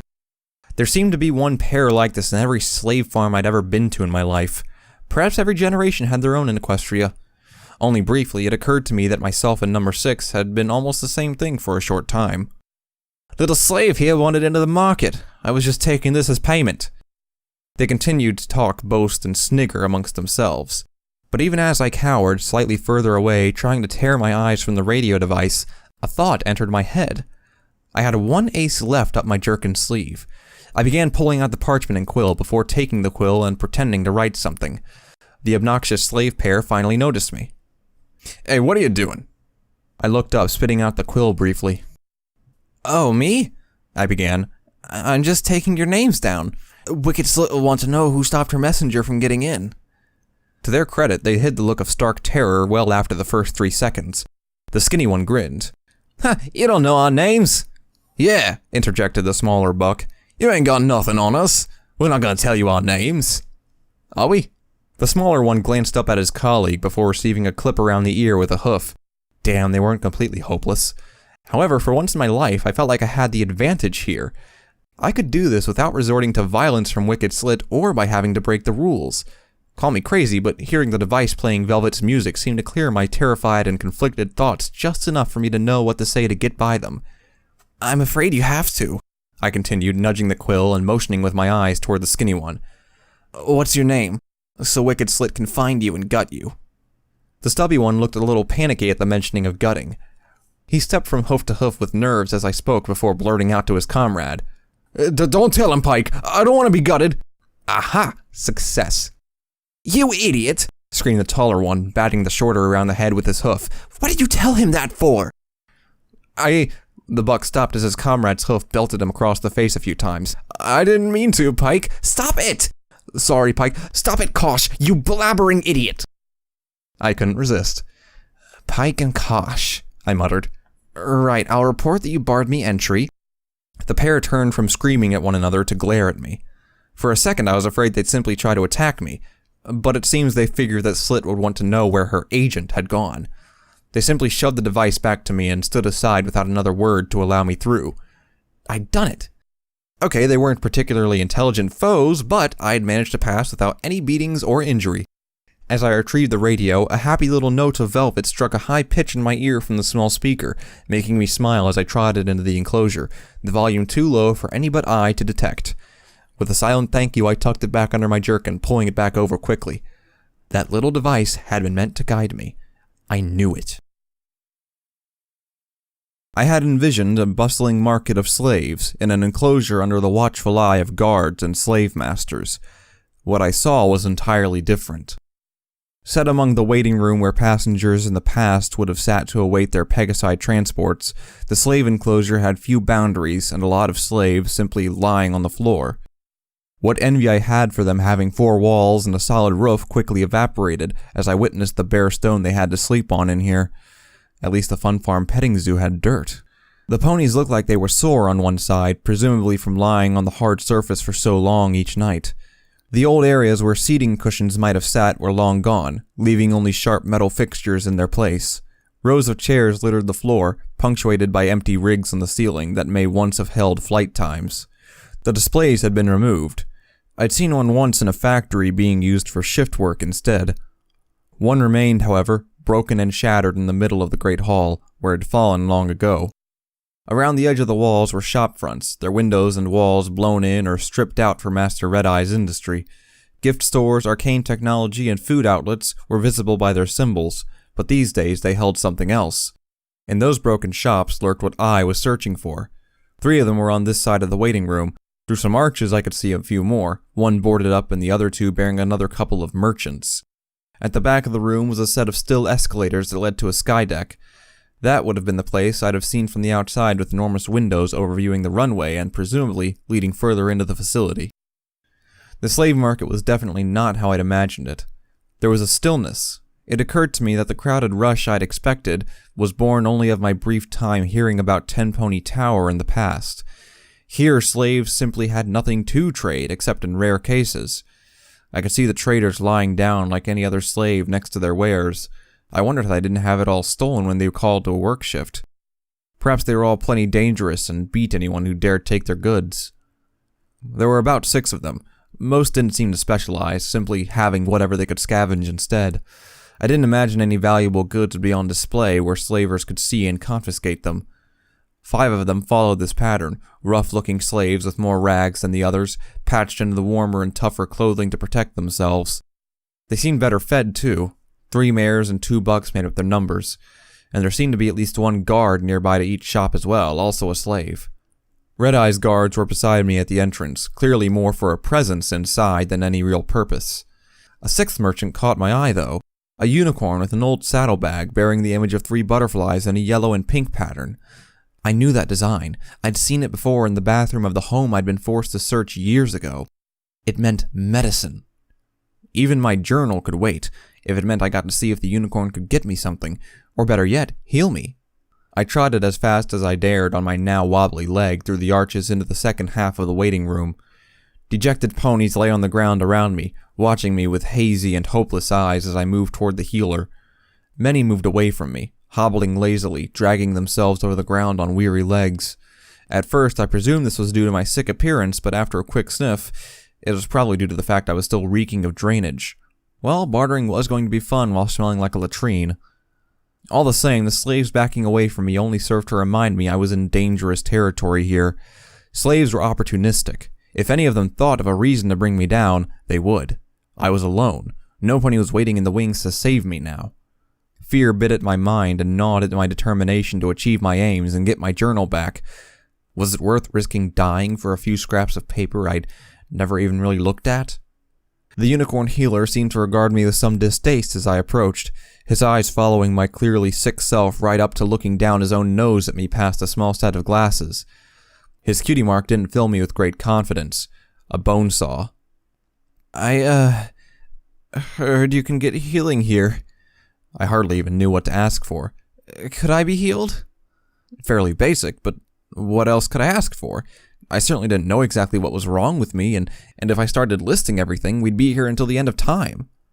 The healer snorted, spitting to the side and moving around me as his horn flared into being. Check up is free, shrimp, he began muttering as his glowing horn flickered to and fro across my body. But the healing costs. What you got to trade? I sighed, my head drooping. Just typical. Healing equipment away from assigned medical facilities would be rare and valuable to slaves, but healing magic was hardly a finite resource to a unicorn, yet he still charged. That just wasn't fair. As he trotted around to look me in the eye and cock his head, awaiting the offer, I could only lower my head again and shake it. So, just another sick little slave who thinks I give out everything for free just because I'm medically trained. What did you honestly expect? It's a buyer's market among slaves these days. Only reason I'm not drafted to heal his army is because I've not got any stamina left for this at all. I can only do 1 pony a day with magic and still have enough left in me to work my shift. He eyed me up, eyebrows narrowing. And here you think I'm going to waste that on you. Please, isn't there anything? I couldn't hide the shaking fear in my voice as I was forced to admit the truth. I think I'm dying, sir, please. You certainly are. My heart skipped a beat. I'd had theories, but to hear it straight from him was chilling. I felt my eyes begin to well up as I stared at the healer. He just tossed his mane and sighed, turning away to his inventory in a bag. I could see little orange packs and small bottles of sloshing liquid alongside a few syringes. Why did the slavers allow this? For a second my heart leapt until he simply sat on them instead of fetching anything, crossed his hooves and fixed me with a stare through his glasses. You have an irradiated lung infection on top of some pretty severe radiation poisoning, kid. Throw on top of that a minor taint mutation, that explained the ear, and a high level of toxin in your general respiratory systems from Philly's oh-so-lovely smog. Not so uncommon around here. I get about a dozen or so a week who want healing without anything to trade. For you, well, the taint isn't curable, that's a given. But the radiation poisoning and the rest, it'd take about 5 rataways and a few healing potions with a charge of magic to save your life. As you might imagine, I'm not about to give them away for free. You can wander off and die in your sleep like all the rest who want handouts. I felt my hooves going weak. I had to lie down to avoid collapsing. A pony in good health might survive a week or so like this. But you've got multiple barely healed lacerations, bruises everywhere, acute rad sores on your leg and face, a sprained front leg, and bruised ribs. Couldn't see how many that jerkin got in the way of checking. With all that, I'd say you've got perhaps a few days out there in the smog. Hell, you might drop off any night at this rate. I was trembling, wet dots appearing on the ground in front of me. My raspy breathing led to a few coughs as I attempted to keep my emotions in check. I was dying. There it was, right there, the confirmation that my time was up. I could barely believe it. Yesterday morning I was ready to accept this happening any day, But now, after being shown what was truly possible with life, I didn't want it to happen. In its own way, this was worse than the pit. At least there I could have run away or tried fighting back. It wouldn't have saved me, but that feeling of resistance was a small, if important, comfort. But sickness, I couldn't get around that. "Please," I was whining, but I could barely help it. "You must want something. I'll do anything." I reached my hooves forward to his, only for him to pull them back in disgust and scowl. "Get off, you irradiated little shit," he screamed, moving away from me and zipping his bag closed. He made to turn away, before stopping and looking back, a different glow in his eyes as he looked up. Actually, anything you say?" I didn't like his tone. Not one bit, but I still nodded. "Well, how'd you like to earn your healing?" I hardly had a choice. I nodded again. I walked away from his booth in a fearful mindset. I'd stolen before, but I wasn't sure if I could do this. I'd stolen to survive, but this was taking some pony else's property for another pony's gain. But really, wasn't this stealing to survive too? He'd asked me to knock out his competitor across the hall, an earth pony buck who sold a couple of illegally hidden medicine items to some slaves for lower prices, thus taking business away from the healer himself. The healer, I really had to learn to get the names of ponies I dealt with, had said he'd give me one medical item for every 2 items I stole from his competitor. I had no idea how that would be possible. The earth pony looked hard, tall and strong, with an equally big guard sitting watchfully nearby. Clearly he was confident. I could see the items all laid out on his table. Bits of rags, bandages, small bottles of dirty water, and oatmeal stored in plastic tubs from past dinners. He even had a thick brown sketchbook that looked a lot like... Oh, sweet Celestia! I ignored the pains of my protesting body as I full-out galloped to his stall so fast that his bodyguard snapped up, ready to defend his charge. I didn't care. I ducked around him and grabbed the journal in my hooves, hugging it tight. It was mine. I recognized the feel, the size, even the smell. As fast as I had it in my hooves, it left me as the bodyguard's magic yanked it from my grasp roughly and held it above me. The merchant, seemingly not having been ruffled at all, rounded with a sly grin and approached. Tossing his braided gray mane, he leaned on the counter to look down at me. He spoke with a high voice, his accent similar to number 6, if a little more flighty. "Well, well, well. Eager for that little bit of merchandise there, aren't you, laddie?" "It's mine. It was stolen from me. I just want it back, please." Somehow I doubted my bargaining was going to work, but what harm was there in asking? One look at the bodyguard reminded me to never ask myself that question again. The merchant took the journal from his bodyguard, balancing it in one front arm as he leaned on the counter and flipped the pages with a hoof. He glanced, but his eyes never left mine. Immediately I realized just how shrewd this pony was to have carved out such an inventory as a slave in Philadelphia, and somehow managed to bribe enough guards to look the other way. Despite that, the scars and scabs across his body indicated even that didn't help him avoiding the punishing work details. "So you say this is yours, little lad," he murmured before chuckling to himself and continuing. "Well, I'm afraid I don't see your name on it, my boy. I got this from some fine ponies who took some quality merchandise off me in exchange for the fine item I hold here, and a few caps for my oh-so-loyal guards at the entrance there." Fine ponies, yeah, right. I let my eyes glance to Red Eye's guards. Almost to my amazement, they were looking over questioningly until the merchant shook his head. They relaxed. Great goddesses, how many pockets was this slave in? The guards didn't just overlook him, they actively helped him flourish. I wondered what their cut was. "Now you want this, piece returned, do you, laddie?" I was really beginning to hate that accent. It was like every word he spoke was condescending. Yes, please." There was no sense in hiding it. He clearly had me judged before I even spoke a word. "My name's Suti Moras. What about yourself? Shackles?" He managed to sneer and laugh at once as he patted my brow with a hoof. Even slaves looked down on me now. Sometimes I really wished I could hide that damned cutie mark. But this was the pony the gang had mentioned, so this was definitely the right place. My journal hadn't gone to any pony else first. His bodyguard snorted with him, but maintained a watch on the merchandise while Suti Moras dealt with me. "Murky number 7, I muttered, looking to the side. "Ah, well, little Murky," he began, flicking my journal from hoof to hoof almost hypnotically. For a lovely bound book with thick, good quality paper pages filled with all sorts of interesting pictures of males for a good buck's enjoyment. Oh, come on, those weren't for others. I'd have to say we'd be looking at requiring something to produce more enjoyment. Any chems or even certain medical supplies like Medex. Normally I'd say 3 doses or so. But for you, laddie, 10. What? 10? I almost screamed it before choking on my own words. Almost degradingly, I felt him slapping my back to help me with the coughing. It felt like I was about to cough out my own ragged and bloody windpipe soon. Well, you see, son, he began, lowering himself down to my level. I'll give you one bit of information about this world. Nothing's free. Not us, we're slaves, laddie. Not trade, it's a ruthless market and we're all out for ourselves. And last of all, not information. I'm being all nice and telling you this because I know you ain't gonna be around much longer, are you? He grinned wickedly as he saw the shocked look on my face. His voice lowered again, becoming airy and dry. Yes, you think I didn't spot you over by old artery over there? I don't need to be a medically trained unicorn to spot an irradiated little pony on his last legs. So I know you need them damn medical supplies more than any pony.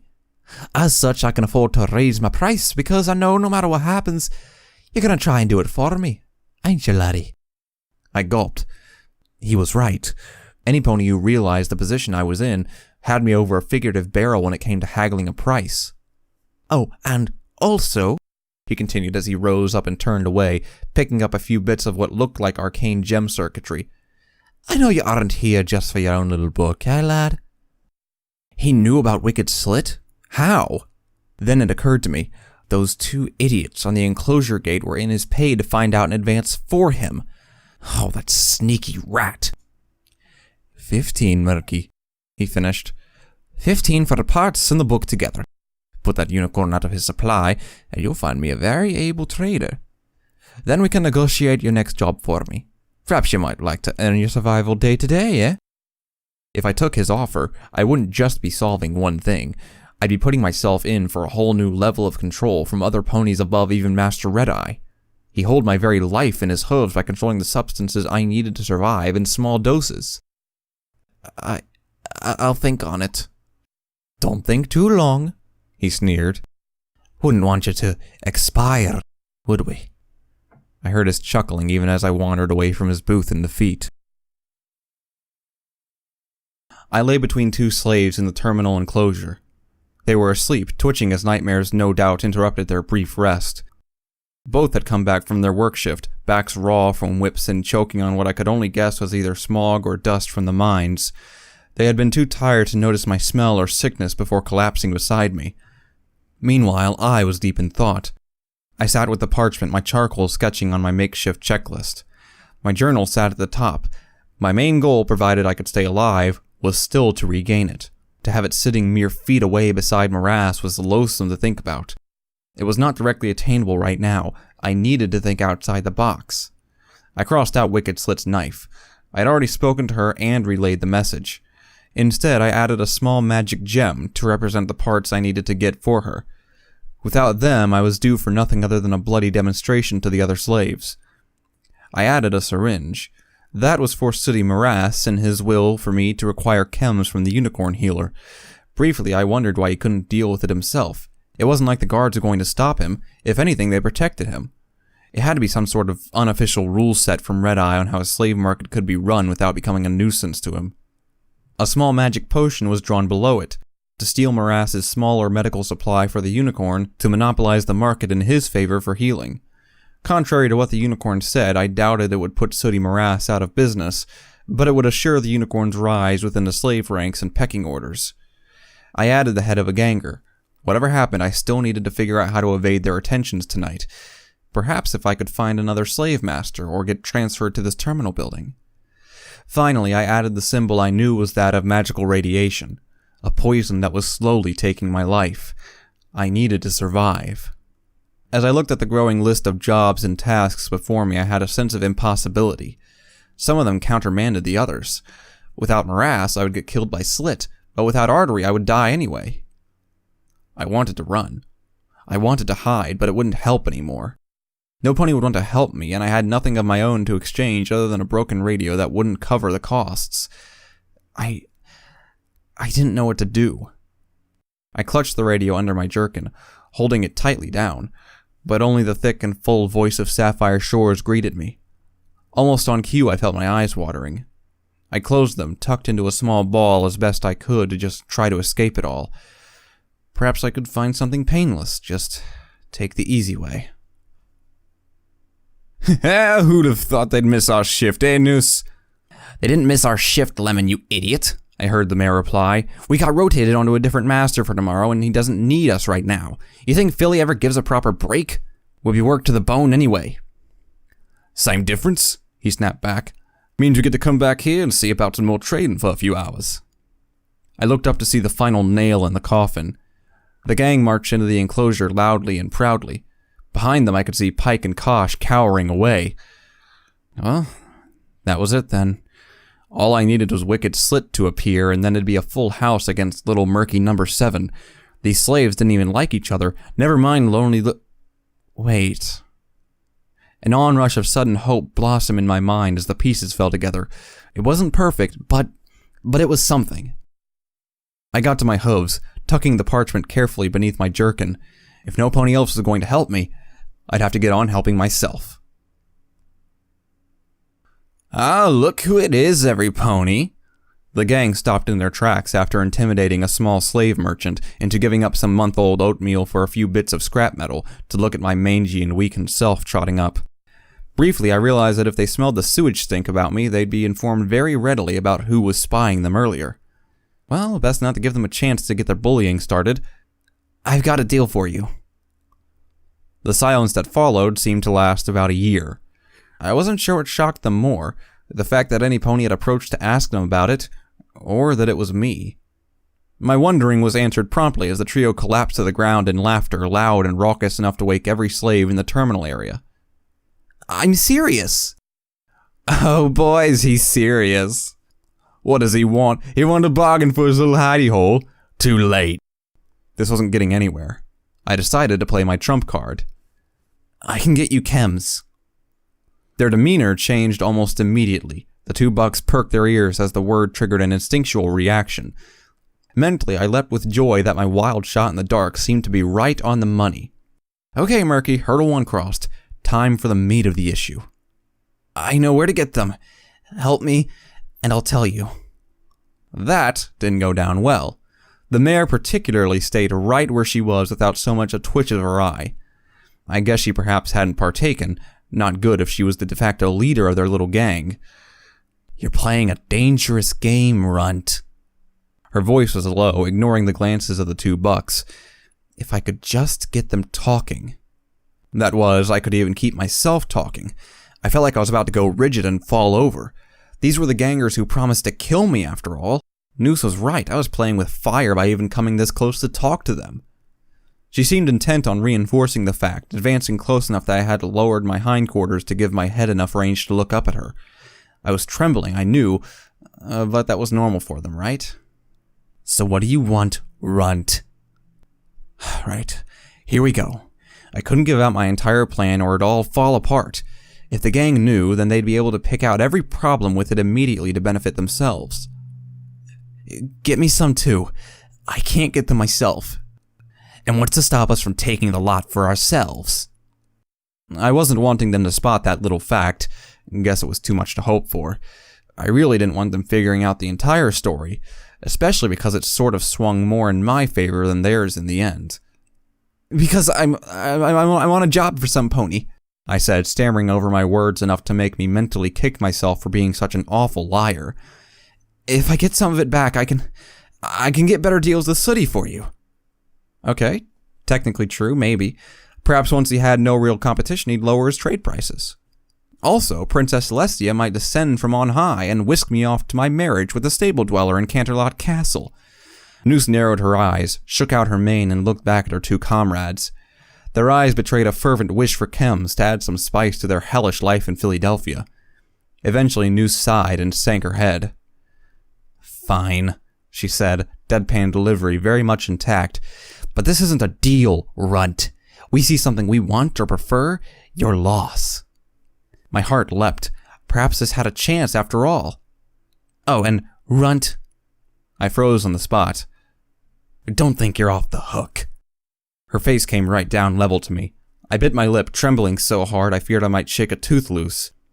Your little hidey hole is gone, Runt. You see, we got tired of you being all cozy in there. Not when we're freezing our asses off outside. More to the point, we still remember that you bucked one of us in the face. We don't let that shit go easily. You listening? I nodded a little. Her hoof struck me across the face hard enough to cause the bad tooth from yesterday to come loose again. I yelped loudly enough from the pain that every pony in the area stared for a second. I said, are you listening? Yes! Who's in charge of this little thing, then? You. The hoof struck again, the other side. I felt the tooth wrench slightly further as I fell to the ground. Don't forget it. Love taps is all they were. When we're done with you, you'll wish that we just taunted you like before. Fucking runt. She wandered off to join the bucks. Teary-eyed, I got to my hooves unsteadily, trying to avoid coughing up more blood as I held a hoof to the loose tooth. Of course I couldn't lead this. I was the slave at the bottom. They would lead. I would follow. Just like always. I explained my plan to them. They were not attentive listeners, and I had an uneasy sense of them just watching to look for loopholes in it. We sat in the baggage exchange of the terminal, a good 30 feet from the slave market. I knew Sooty had ears everywhere. I couldn't take any chances. I nursed my head as I sat with my back to the way out. If they made a hint of a move, I was gone. I didn't like being so close and alone with these three, but right now, they were my only hope. The thought alone scared me to my core. Being forced to deal with not just one devil, Sooty, but 3 demons, too. The medical unicorn Artery has the drugs. The 2 bucks seemed agitated at the mere mention. I sincerely hoped they wouldn't just go for them instantly. Lemon in particular seemed to have a nervous twitch. I wondered if he was fighting addiction or something. I need to get the drugs out from him to trade with Sooty. If you 3 distract him, cause some disturbance, I think I can sneak his pack away from him and take what we need. Noose stared hard at me.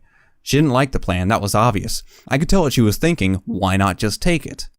We can't just take it openly. Because Sooty Morass is watching and he wants it done quietly. I think. The guards are there anyway. Noose didn't relax at all. Her stare was beginning to make me uneasy. So, if we were spotted, we'd all be thrown in the Parasprite pits or something.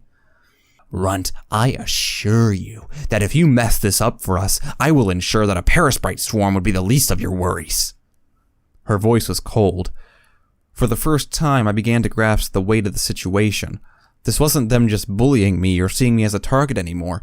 This was a gang member making a promise. I won't. My voice was higher pitched as fear ate at my confidence to speak. I couldn't falter. I needed that journal and medicine. So when I have it, we'll take what he wants and then sneak it over to him in a bag. Then he'll give us stuff. What stuff? Oh, come on. Enough with the questions. I really didn't want them to know so much, given the last part of my plan, the one that relied on me betraying them. By my standards, this was pretty inspired. I would take all that Sooty wanted, but also take 5 Rataways and as many magical healing potions as I could manage. Artery had claimed that I would need magic to repair myself, but I figured that if I took enough healing, it'd restore me to the point where I'd at least live, right? That was how it worked, right? More healing was good, it had to be. I didn't want to think about the alternative. At the very least, it had to buy me some time. But for the gang, that was the next part. After Sooty got me everything I wanted from him, I would also give some of the stolen syringes to them as their payment in chems, and immediately get back to the fun farm after delivering the parts to Wicked Slit. Once there, simply tip off Whiplash about the gang having contraband chems, and they'd no longer be around the fun farm to hurt me. Sooty got what he wanted, I got my journal and life, Wicked Slit got her parts. Of course, this meant I was going to be effectively killing 3 ponies by turning them in. The thought lingered in my mind, no doubt ready to crop up in guilt later, but at this point, surrounded by self-admitted to be murderers, I realized it was them or me. Artery would lose his business, but perhaps it would make him rethink how he used his magic. What stuff, Runt? My thoughts snapped back to the present. "Chems!" I screamed. "I said I'd get chems for you, and I will!" The panic in my voice was evident. There were so many ways this could go horribly wrong for me, especially the rogue element of these three gangers. I couldn't tell them how to distract Artery. I couldn't guess what they'd do when they saw the prizes. To them, gaining that entire sack might be worth more than anything Sooty could do for them. My weak assurances wouldn't hold long. It dawned on me how quickly I'd have to get that sack to Sooty and get my own share before the gang finished and moved to claim their prize. I could see it in her eyes. She had no intent of me getting anything at the end of this. They were using me. Just like Whiplash was, just like Wicked Slit was, just like Artery and Sooty Morass were too. But then, I was a born slave. Wasn't that my role in life? Did my cutie mark mean every pony got to use me how they wanted? Even other slaves? Noose turned without a word and moved off. Negotiations were done then, I guess. "Just be ready, runt. We do this our way. This fails, you're coming down with us." Their way turned out to be pretty much what I expected. I watched Noose wander up to a group of rough-looking slaves. Given their ruined clothing, I presumed they used to be caravan guards. She had no subtle notion to her approach in the slightest as she saw the guards glance up at her. Gangs and caravan groups did not get along very well in the wasteland. More than once, a slave transfer caravan, including me, had been attacked by gangs. "Hey boys, lose any good caravans recently?" Her voice was jovial, taunting, and just as despicable as ever when she spoke to me. I could see Lemon and his buddy wandering around the long way to sneak up behind the guards. "Are you wanting your head cracked on this concrete, mare?" The lead caravaner stood. He was over a head taller than Noose with a shotgun for a cutie mark. Oh boy, that did not bode well. If Noose cared, she didn't show it. Pretending to back off by turning away, she launched a full buck without any warning aimed for the caravaneer's throat. Her legs moved fast enough to blur as she made the cheap shot, and the foe collapsed while gasping for breath from his crushed windpipe. Very quickly, I became significantly more afraid of Noose than ever before. I watched as the two bucks ambushed the caravan guards who were still getting to their hooves. In a flurry of hooves, screaming, cursing, and splattered blood on the concrete floor, I witnessed the 3-on-3 brawl break out as more gangers and caravan guards from across the room rushed to join in. I saw Lemon floored by a unicorn hurling a fragment of concrete, while another stallion choked out a gang member with his front hooves. Sheer brutality and senseless beating between both parties descended into a frenzy of pent-up aggression and simple-minded violence. After number 6, I thought I'd gotten used to seeing this sort of thing, but as I witnessed wooden fragments trying to stab and the sickening sight of Noose stomping a hoof onto the back of a badly hurt mare's head forced me to turn away in disgust. I was hidden at the side room, taking shelter in a small space of the boarded-up shop. I could fit between the boards to hide in the shop beside Artery's one, but until he looked away or moved, I couldn't do anything. He was indeed looking at the brawl, but hadn't moved away from his supplies yet. Clearly, he was made of sterner stuff than I. All I wanted to do was creep into the shop and hide away from the violence now raging around. Even not looking, I could still pick out screams, thuds, and sickening crunches every so often. The entire center of the waiting area was one giant brawl now. Slaves rushed away in all directions, fearful of more riots. I could hear guards screaming for order to be restored. Gunfire sounded in the air as warning shots were fired into the hard ceiling. I didn't have much time. I'd have to go now and just hope Artery didn't look this way. Creeping out of the shop door, I hugged the wall edge of the waiting area as I cautiously approached his shop from the side. The front desk was passable at both sides, while Artery himself stood on the far side. I could get in and out, but if he did anything to turn, I would be seen immediately. I froze as I approached. I wasn't guilty in this spot, just a little buck hiding away from the fighting, but if I moved further, it would be obvious. I fought with my fear to allow me to try and save my own life.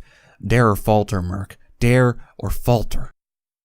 I saw Artery move forward. He was going for an injured pony who was screaming for help and offering a stock of caps. Dare. I rushed forward, my little hooves almost silent on the ground as I ducked in behind the front stand of his makeshift shop. The big saddlebag was sitting there.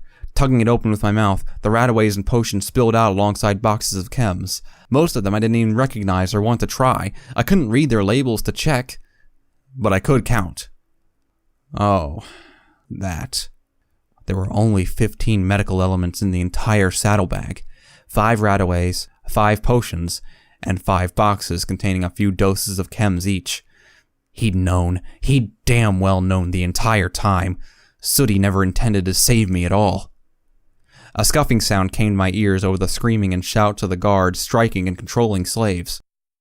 Looking up, I hastily ducked back behind the shop's counter. Artery was returning with his patient in tow. I no longer had time to think. I grabbed the entire saddlebag, stuffing everything back inside it before simply charging back out of the shop the way I came in. For once, my luck held as Artery was focused on his patient to pull them telekinetically to his shop. I ran back toward the boarded-up shop before using the cover of decushioned seats to crawl my way out of the area. Behind me, I heard the screaming of Artery. I'd gotten away clean. For once, no overly close calls, no chases, no being spotted. An elation passed through me. I'd just stolen a whole ton of medical supplies. Go me? Moving out of the waiting room, I bucked open a shaky cupboard door and hid inside. Radaway and healing potions, the two things that would save my life right here in my hooves. No more sickness, no more rad fevers and aching hooves. But yet, I couldn't. If I didn't get those parts, then Wicked Slit would make sure my newfound health was very short indeed, not to mention my journal. After yesterday, it meant more to me than ever before. It was the first thing I'd ever been truly creative with, the first thing that let me show my resistance to my masters. I couldn't abandon it, or the parts. I needed a plan, but suddenly resources were so much more limited, and I had to go now before the gang returned from their brawl to seek chems and their own healing from the violence too. Wrapping the saddlebag in an old cloth from the cupboard, hoping Artery would miss that it was his, I moved out again. My limp returned, the fast rush having aggravated the joint. Biting back the pain, I took solace in knowing that if it all worked out, it wouldn't bother me for much longer. With the adrenaline lowering, the sickness returned like a crushing wave. I had to hang back for a minute as my vision swam and my center of balance lost its way entirely as I fell against the wall of the side corridor in the terminal. Breathing heavily, my breath thin and airy, I stumbled on, sweating and shivering. Not far now till I would be better. My lungs burned. This was cutting it close. It really was. By the time I reached Sooty Morass, I could barely carry the saddlebag. I could feel it tugging at my jerkin the whole way. Trotting slow enough to avoid attention had been one of the longest walks of my life, and I had to keep stopping to pull my jerkin tighter around me. Fears played in my head. If I was this sick, what if I never even woke up tomorrow morning to enjoy the journal that I'd reclaimed? Was it too late to heal it? Could the Radaway get rid of the magical radiation that infected my body so much for so long? Dumping the saddlebag down before the sly merchant, I knelt down to merely catch my breath before tipping the saddlebag out behind his counter, hidden from Artery. The medical unicorn was arguing with the guards, so I could only presume Sooty had paid them off. "So, little laddie," he began, "seems you held up your end of the bargain. Now, I may be a ruthless and sly old devil, but I always honor a good deal. You don't stay a merchant for long if you don't." I looked up at him pleadingly, while using a hoof to push my jerkin back into position carefully. Dumping that saddlebag had almost made it right up. "Please, I need this medicine now." My voice was barely a whisper as my throat fought to move without pain. I can feel it getting worse." "Well, of course it would. Exertion wouldn't help your sickness," he sneered, counting the materials. "And I can only presume that you've exerted yourself a fair amount while worrying a lot. Now..." He nodded in approval at my efforts before tapping a hoof on the counter.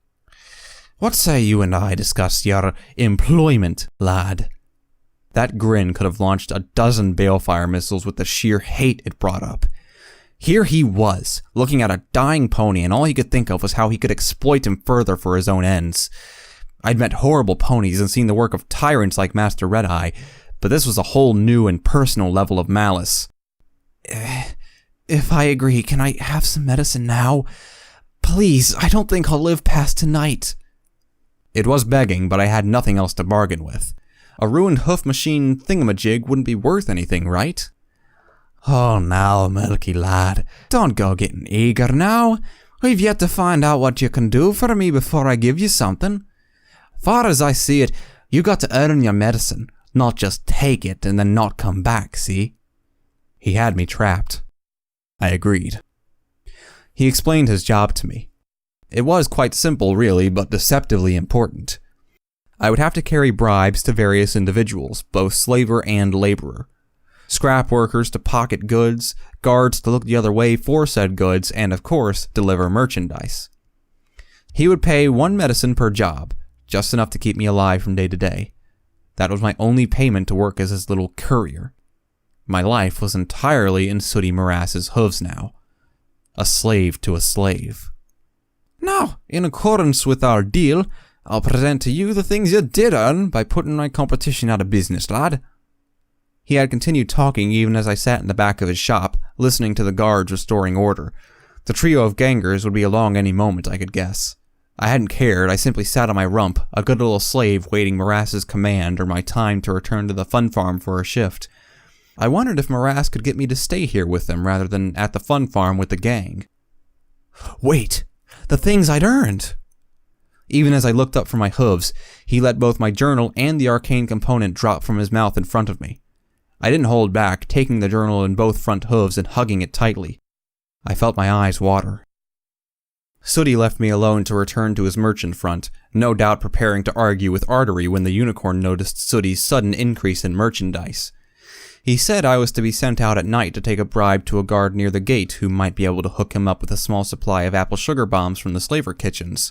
Until then, I was just to stay quiet and hidden in the back of his shop unit, and be as invisible as I could be to his operations until called. Right now, at least, I didn't mind that. I had something to look at. I sat the arcane circuit board to the side, behind the ancient ceramic stove I was leaning against. Old Equestria must have been wonderful to have such home cooking even in a skyport lounge. I tuned out the slaves crying out in pain as Artery helped him with his magic. He hadn't even learned anesthetic spells. I laid the journal before me and slowly, oh so slowly, opened it to the page I knew. Hi, Mom. Reaching over for just a second, I crossed off the checklist image of my journal. I didn't have a real home, but looking at her now before me, drawn by my imagination and memory, I felt like I had come home to something. Even as tears dropped to the page, I managed to smile a little as I saw her comforting gaze. I paused. She was just a drawing, but seeing this, I remembered.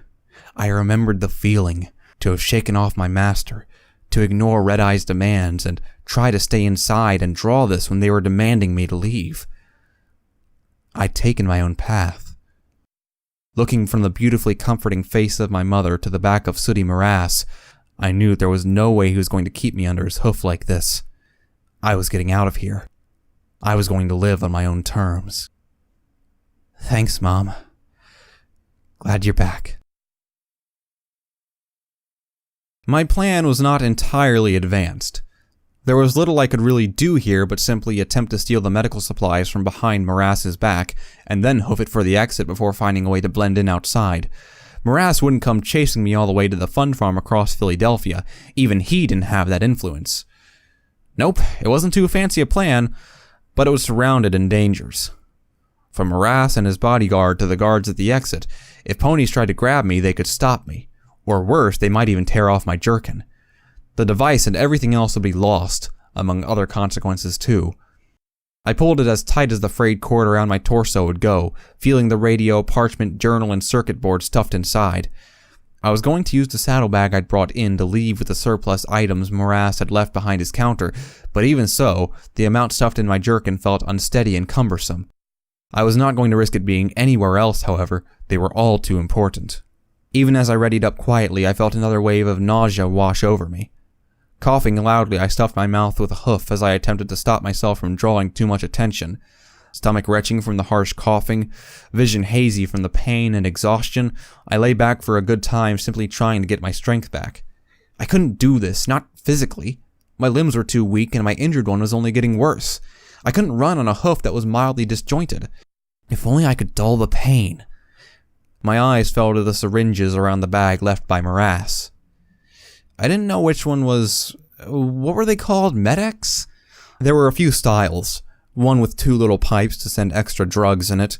One thin and simple. One constructed out of a bottle with a thin grayish liquid in it. In my condition, to take the wrong one would probably kill me through system overload. The one with the 2 feeds looked tempting. It was fancy. Pain removal wasn't fancy, was it? The simple one would be just some chem drug, right? I rolled the third one, the bottle, over. It had a picture of a broken hoof, then a cured one. Aha! That was just what I needed, right? I glanced around before gently putting the bottle up against my injured hoof, the needle pointing at it. Wait a minute. I remembered last night listening to the DJ. He'd been warning about a drug made from the gray blood of a Hydra beast. I glanced down at the bottle before almost kicking it away in shock and disgust. My face clenched as I thought of what I had almost done slammed home. No chances. I took the simple one. The simpler was better. Simpler couldn't kill as easily, I assumed. Maybe it was the right one. With a little whine, I plunged the needle in and hoofed the plunger, and then I waited. Okay, didn't feel very much going on. I didn't feel any, oh boy, there we go. My vision swam as I wobbled and then fell to my side, my everything utterly numb. A bliss of relief crept over me as my hoof stopped aching and my lungs dulled entirely. Sleep felt tempting as the waves of pain receded from my body. Slowly, I began to feel a return of control to my limbs after a minute or so, but in my mind, I felt so different. I felt nice, like all the pain in the world had just disappeared. If only I had more of this stuff to take. As I waited for my limbs to regain enough feeling, and, to be frank, my mind to stop thinking, pretty lights, wee, at the ceiling, I began to think about my plan a little. Perhaps I was thinking about all of it wrong, trying to take a ton of medical supplies with me. If I was going to be waiting to regain the ability to move, perhaps I could sneak in a rat-away and a healing potion to get ahead of the game, in case anything went wrong. Couldn't hurt. Not that I'd feel it right now, anyway. I realized that I had a smile plastered on my face when I saw my reflection on a metal oven door opposite me. Wow, it even made me smile. Med-X. Best drug ever. Whilst enjoying the high of a painkiller, I lay back, hiding around the back of the oven from Morass, sipping a rat-away while glancing at my mother's picture. It made me smile for real, even through the haze of medically induced relief from life. That was a feeling I'd always... I almost sprayed the rat-away right over my journal as I sickeningly swallowed the horrid liquid. It tasted like orange paint. The cover featured a little foal enjoying it with a straw, smiling like a little puppy. I seriously questioned the taste and sanity of any pony who enjoyed this stuff. It'd take clinical craziness to see this as anything but just disgusting. Sighing, I kept drinking. All things considered, I had no right to complain. I watched Morass from behind. Clearly, he believed me to be a broken-in worker, given that he was paying me little heed. I'd show him. I'd show them all. I was going to get out. Just as soon as the wallpaper stopped dancing. When the time came, I didn't hesitate. For once, I didn't falter. I didn't hold back or restrict myself. I couldn't feel the pain anymore. I didn't feel as sick after a rat-away and a healing potion. They'd taken the edge off things. I knew I'd need more to actually combat the sickness, but I had to go suddenly. Morass was coming back from the front to inspect, so I'd gone for it. I barreled past him, ducking to one side and grabbing the saddlebag in my mouth as I darted out into the waiting area. Slaves looked up at the commotion and I saw the guards look ready to repel another riot. The entire place was already on high alert, even as ponies lay on the ground injured still from earlier. I felt my jerkin bounce about a little bit from all the items stuffed tightly in it, including one healing potion for quicker access. Get back here, you little thief! Chiselhoof, get him! Morass bellowed behind me, sending his bodyguard to chase me down. Finally able to gallop properly, I put my head down and pushed harder, ducking under chair platforms to avoid the huge bodyguard with his longer strides. I felt his mouth trying to grab my tail even as I wriggled between two rows of seating. The ensuing tug pulling a few strands of hair out with a horrid snap, but with Med-X still dulling some of my senses, the pain didn't register. The bodyguard snarled, shoving chairs away in his frustration at missing me, as I ran between them or over them. My hooves clattered and slipped. I weaved this way and that. I threw myself around pillars before making a mad gallop straight for the exit the moment I heard him trip on a low waiting table. Damn it! Guards! Stop him! Up ahead, there were 2 rows of chairs on either side of the pillars that went all the way to the exit. I could see the 2 guards already galloping towards me from ahead. I hadn't anticipated them openly helping Morass like this. Hurdling the chairs with a quick hop, skip, and jump apiece, I kept ahead of the bodyguard, but the guards were clever. They backed off a little, spreading out to block my route. Halt! Stay where you are! There was only one hope to make it by them. I saw a huge pile of mangled chairs thrown together in the waiting area near a barred window. Presumably the Megaspell shockwave had blasted them away from the large area open near it. 2 choices: jump the window and fall, or hide in the chairs. As much as the medics dulled pain, I knew leaping from 2 stories with a damaged hoof would be asking far too much of it, and my sanity. I dove into the pile of chairs, wriggling in among the twisted metal and sharp edges as only a small pony like me could. The bodyguard and 2 slavers arrived and just stared at it before starting to hurl wrecks off of the pile. I could hear the other slaves milling about in fear or confusion while Morass was arguing with Artery over what I'd already stolen. Somehow I doubted I would have many friends around here after this. I crept through the wreckage of the chairs, invisible to the guards tugging on them frantically. I could hear them screaming for me to come out and be punished. As terrified as I was, I had to agree to the snarky part of my mind that they were not using the most persuasive argument to convince me.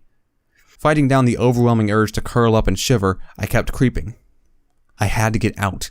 I had to get my mom out too, even if it was just my drawing. Sneaking through the chairs, I noticed an error on their part. They were all on one side of the pile, assuming I was just hiding. Quietly, I pulled myself from the opposite side, silently praying no watching slave would give me away. Cautiously, I trotted off. The guards were still pulling at the pile. They hadn't even looked up as I began to canter and then gallop again, looking behind me. Ha! I felt an elation as I saw them get smaller and smaller, not noticing me. What idiot wouldn't watch everything around them?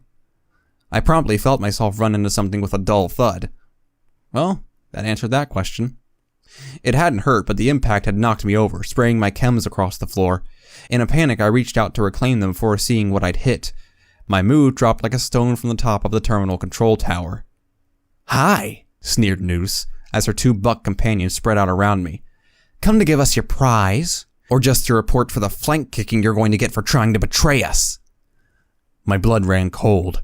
No, this wasn't supposed to happen. I was so close to being out. She didn't hesitate either. Noose had taken a heavy blow to the head during the brawl, and blood still matted her mane. She wanted payment, and she wanted revenge. Her front hoof slammed into the side of my head, small enough to whip my small frame clean around and launch me a good 3 feet to the side.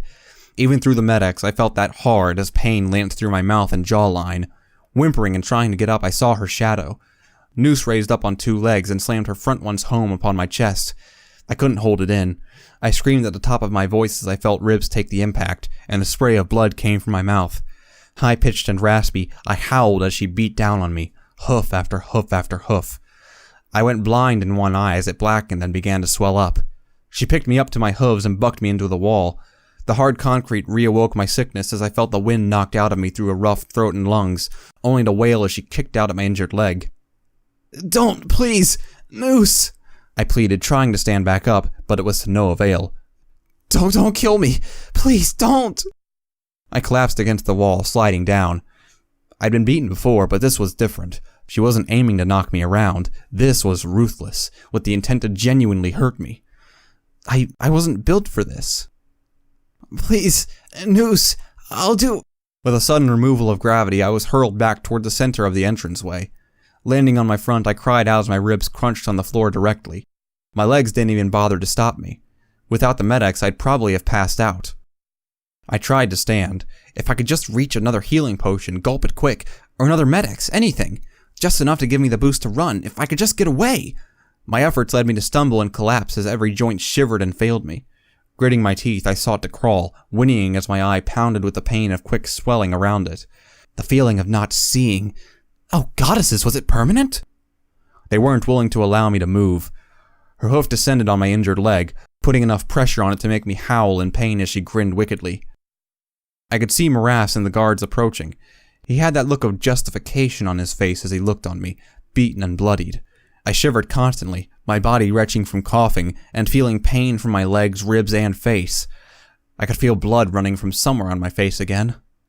Noose's friends were approaching, clearly wanting some of the game too. She only glared at them as she looked down on me, her prize to beat on. As I stared upward, my tears mixing with blood from stinging wounds flowing from the already swollen parts of my face, I saw the lack of mercy and the cold sadism that drove her. My chest moved sporadically, my breathing irregular as I struggled to regain my breath. "Hey, Noose, he didn't drop any chems. Where's the rest?" Lemon seemed intent. "Fuck if I know, just wait, we'll get him later." The 3rd buck wandered up to me, looking down. Maybe not. He grinned, his eyes looking at my jerkin. He's hiding something. There's lumps. No! I struggled, pulling my hoof with a wrenching pain from under hers and trying to flail to my hooves. I received only a half-buck for my troubles, sending me staggering as I forced myself to my hooves. They would get my journal again, and... Come here, you're hiding my chems. They advanced. I felt them on every side, grabbing, pulling, and trying to get at the things I had hidden beneath my jerkin for so long. Give! No! I screamed forcibly, lashing out to little avail as my little hooves were batted aside. Now come on, get him! I felt teeth grab my jerkin and pull. I tried to pull away, but the pressure only increased. A horrible ripping sound met my ears as I fell forward, the pressure released. I hit the ground without my jerkin, feeling the concrete across my whole body. Adrenaline overcame the searing pain enough to turn and hobble backwards. My journal, my radio, the parchment checklist, and the arcane circuit all fell on the floor beside the medical equipment and the torn remnants of my jerkin, but none of them were looking at them. Every pony in the entire terminal simply stood and stared at the battered little pony before them who could barely stand up, who was crying with pain as blood from small cuts dripped to the floor. They didn't even look at his swollen, blinded eye and bleeding lips. They looked at one thing, and one thing only. What is our... Lemon broke the ice proper. What? He's a fucking Pegasus!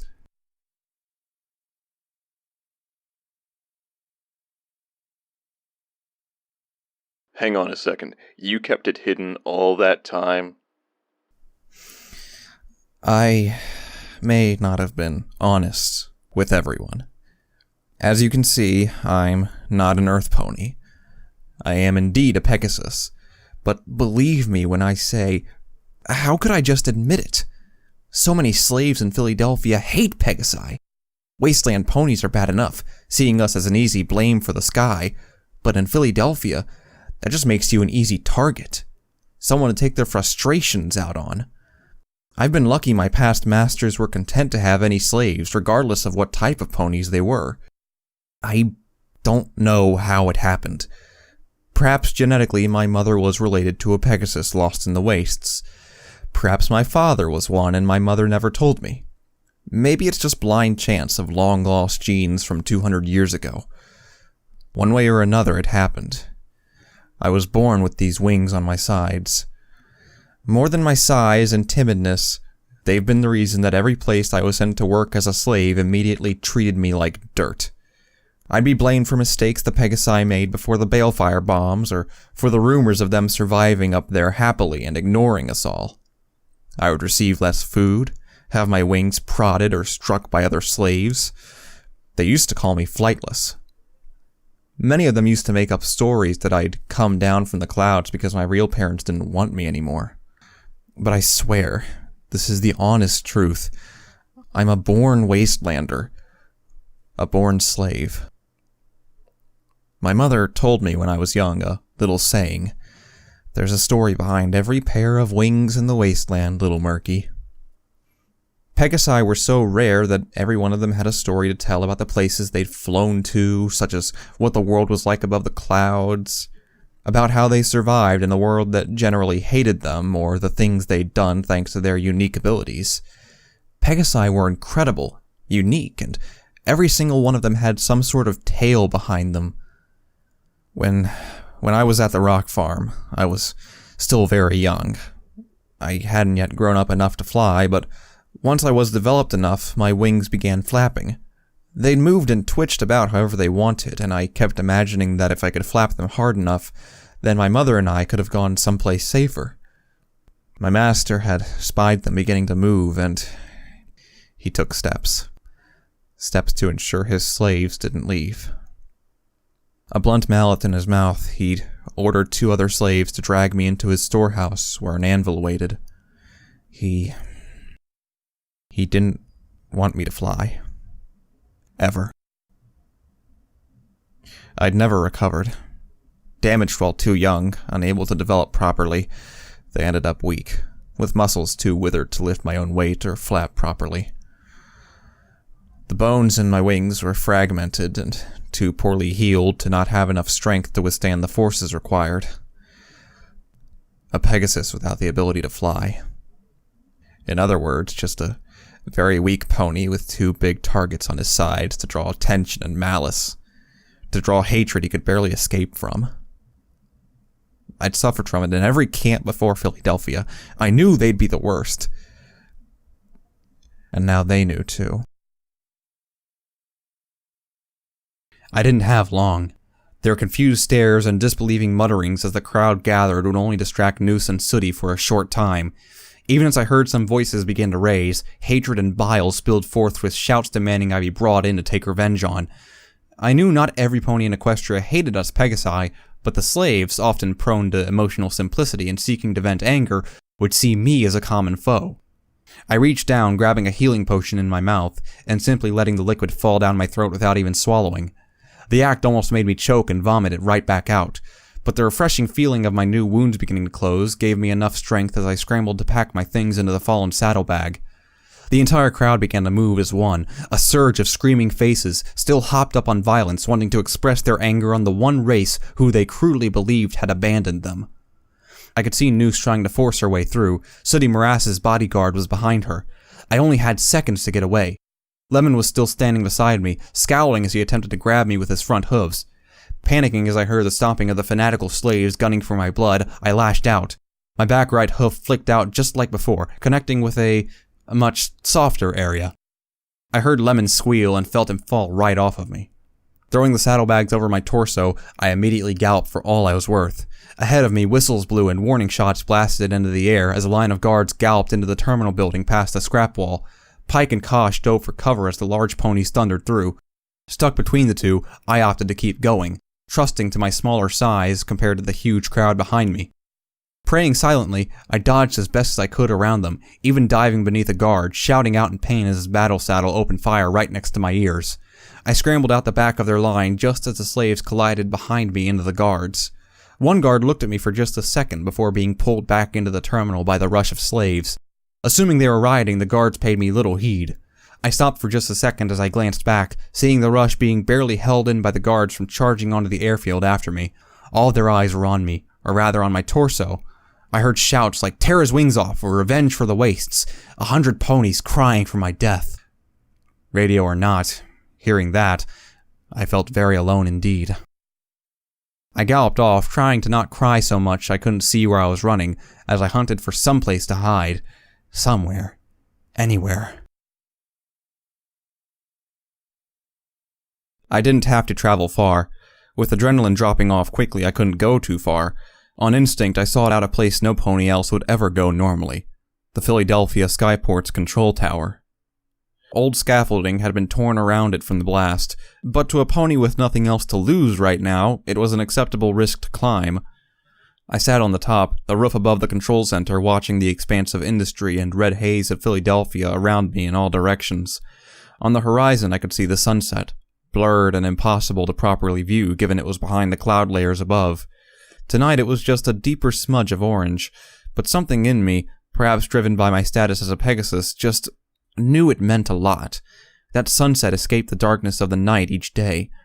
What lay beyond that horizon? Could I ever follow it into the unknown? Sometimes it felt like it was calling me to a way out, if only I could follow. Funny. If I were a real Pegasus, I could have just flown away from here. I was higher than the wall, after all. That sunset would be a beacon to call me to freedom, but now it played only to my deepest and most impossible wishes. I sat under a small tarpaulin that had once been used for observation to hide from the Griffin patrols. I doubted they'd be looking for me. Their jobs were more specific, and never involved hunting on top of control towers or other high places. Indeed, most of them flew below the height that I was sitting at. I was crying. Of course, why wouldn't I, of all ponies, be? My eyes had slowly regained sight a little, but everything on that side of my face was still hazy from swelling. My journal sat open next to me. The parchment sketch of the stable dweller, number 6, and the unknown mare was beside it. The radio was playing. Its ever-energetic host spoke of the efforts of heroes all around Equestria, but really none of it seemed to make a difference anymore. Word would spread. A Pegasus was in Philly. Then the witch hunt would begin. Not that it mattered. I had the parts for Wicked Slit, but even now I realized the stupid point I'd overlooked. Like Morass, she tricked me. The machine would count for 3 ponies. She never really intended to let me off the hook at all, given I was her 4th allotted replacement. Every pony could take advantage of me, it seemed, even when I thought I'd been solving things myself. I lay down, covering my head with my hooves as I sought to somehow make it all go away. No more merchants tricking me and withholding medicine until I worked for them. No more sickness eating at my lungs and blood. No more gangs trying to kill me. No more slavers abusing my life to suit their needs. No more everyone judging me because of some stupid idiots who ran away centuries ago. I had perhaps bought myself a few days, but my sickness hadn't gone away, only alleviated a little from the small amounts I'd taken before leaving. Even then, the healing potions had used most of their potency fixing what Noose had done to me. It still hadn't fixed my tooth, though. My blood was rising just like in the refuse pit. Scrambling my hooves over my head in frustration, I stood up, pacing back and forth as I tried to think. I drove myself to just think. Think. I beat my hoof against my head as I stared out over the city.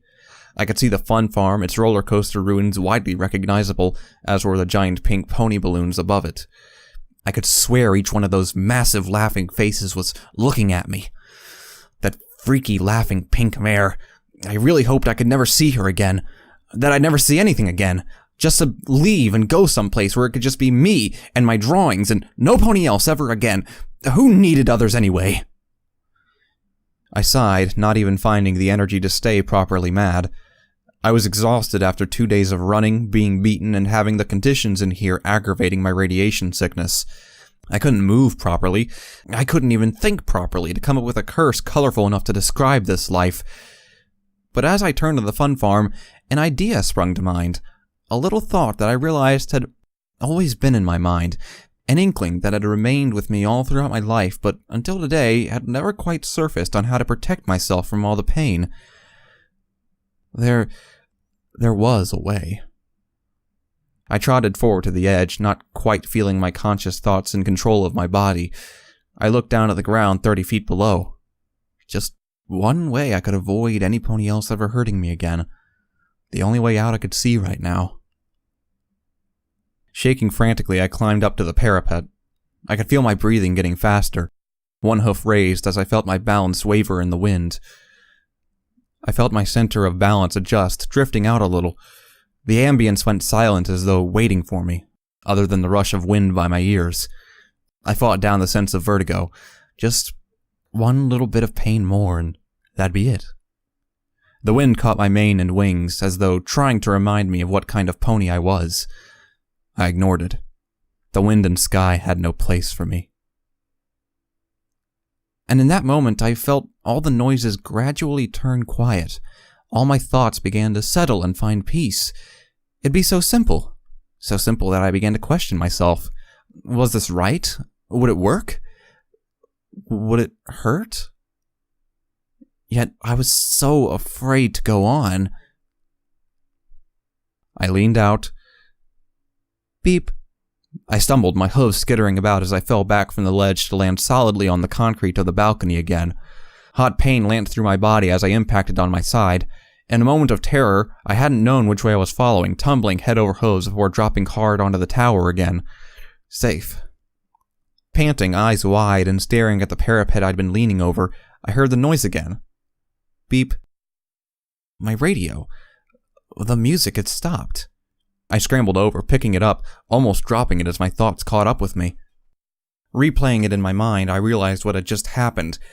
I'd been about to jump. Oh, goddesses. Like a wash of clarity, the insanity passed. The temptations washed away to leave horror. I'd been so zoned out, so detached in my fretting and worry, with my mind racing too fast to keep up with rational thought. More than any beating, that felt truly horrifying to have experienced. Shivering, I clutched the radio tightly. What in all of Equestria had I been doing? I'd been about to leap from the control tower. I screwed my eyes shut, shivers turning into furious shaking as only now the reality of how events were affecting my mind became clear. Emotional discovery could go both ways. Learning what choice meant, it seemed, also meant of learning the bad choices available to us. My stomach churned at the thought of what I'd almost done. In fact, it did more than churn. Dragging my belongings further from that location, gasping for breath after my stomach had been done emptying its pitiful contents, I sat down with the radio. Concentrate on it, I told myself. It saved me before, it could do it again. Perhaps it'd be more of the stable dweller. I honestly didn't care. I needed something, anything to stop me thinking about what I'd just come so close to doing. On cue, the speaker started up. Hello? Oh, wait, why am I saying that? This is a diary thing, isn't it? I blinked. The voice was that of a young-sounding buck. He even sounded a little like me on a good day. Our ages were perhaps similar. Well, what can I say for a first entry? My dad told me I should keep this up to date. For the record, he says. I don't get what he means by that, but there's no reason I shouldn't, right? What's the harm it could do?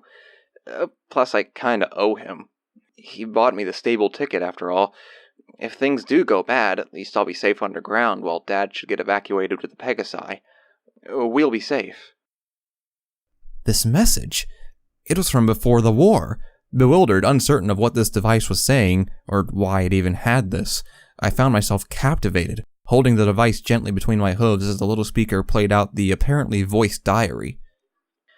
So, I got sent this thing, right? Came with the ticket, they said. My Pip-Buck. Crazy little device, really. Pretty cool. I get my radio, audio recording, a little light to brighten up the darkness of the night, and it even interfaces with the terminal Dad bought me for my birthday. Some places don't get them early, but many of them are manufactured right here in Philadelphia, so I guess they just send them directly because there isn't any shipping. Well, I can say I'm glad for it. This thing saved my life already. You aren't the only one. I was coming back from picking it up, right? Equestria is not how it used to be. Happiness, joy, and understanding, yeah. Things are just different these days. Some earth ponies tried to take my ticket on my way home. Came right out of the alley down Old Wood Tree Road. I mean, this thing, it saved my life. Sats saved my life tonight, I mean. Dear, I'm all shaky again. Ponies aren't meant to fight. So why do we have to? There was a pause, as though he was considering something. I could swear I heard a sniff. I just want this to stop. I didn't want to go into a stable knowing that everything out here is going to die, but it won't happen. My dad tells me it's just all posturing, and no pony would ever be so stupid as to do something that would endanger us all. All the same, why else would he spend almost his entire life savings to get me this ticket? I don't want to know what it feels like to be the last of a generation. If the worst does happen, what'll we be left with? What poor ponies of the future will have to live not seeing the things I have here in the lovely city of Philly? Grass, trees, pure water. I looked around at Philadelphia and saw the slave-driven hell industry and radioactive poison filling the air. There were no words to describe the weight of that thought. I guess I should wrap this up. I need to go find a job since I moved here to get the ticket. Well, bye, I guess, to whoever listens to this. Probably me. I can look back and realize how silly I'm being to believe that any of this would actually happen. Well, my name is Sundial. I'm a unicorn, I guess it's worth saying. Maybe I'll tell this thing how I got my cutie mark or something next time. Till then, I guess. Bye. Bye, I muttered before wondering exactly why.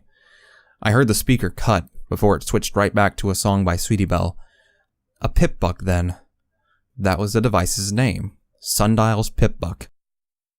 With a sudden and horrifying realization, it all slammed home. That skeleton, it'd been... I huddled down tightly, hugging the Pip-Buck for all it was worth while sniffling, and trying to quell the hollow, aching feeling in my stomach. Sundial. My return to the fun farm was as reluctant as it was inevitable. I'd returned the parts to Wicked Slit. Her reward was a week of shifts working on the molten vats. My saddlebag had a couple of chems left over. That might be able to mollify the gang enough to not kill... Who was I kidding? They'd kill me as soon as look at me now. With a little biting, I'd torn up the cloth I'd put over the pink and yellow medical saddlebag to make a rough vest for myself to hide my wings. Only the gang knew at the fun farm, provided word didn't get out from other slaves across Philadelphia. It'd only be a matter of time till Whiplash knew. If he found out, I was dead. Wandering past the mirror, I only merely glanced at it. I didn't want to look at myself. Yet my eyes were drawn to it, not in the least due to that big silly image of the pink laughing pony sweeping her arms towards the mirror as though encouraging me to look at myself again. I saw a little different, yet for a moment I stood in surprise. My sickness didn't look quite as bad as before. It wouldn't last, but for a moment it felt like some little victory. I'd survived. I'd lived.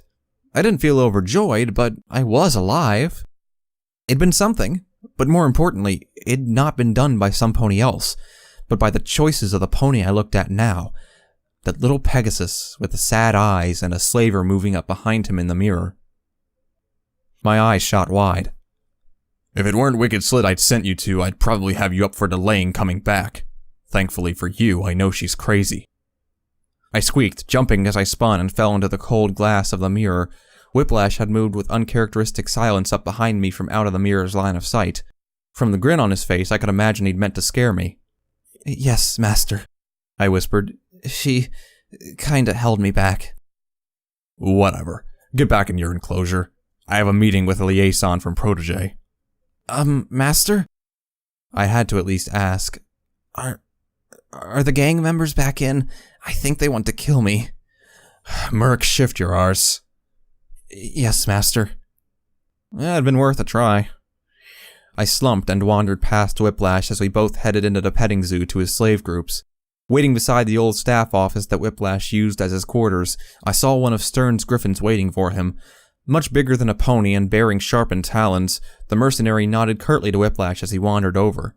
She was clad in tough-looking body armor over her almost jet-black feathers. Even the areas most griffins had lighter colors were still only a thick gray.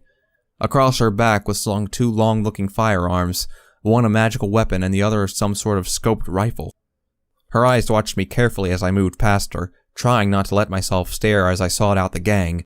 I needed to avoid them and find someplace safe, though every instinct told me that there were none left.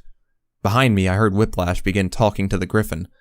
It quickly escalated into a near-on argument. Apparently she was wanting slaves for this protégé from Whiplash's stock. He didn't seem too happy. Neither did the gang. They stood in the middle of the enclosure, waiting for me. Noose had a look of murder.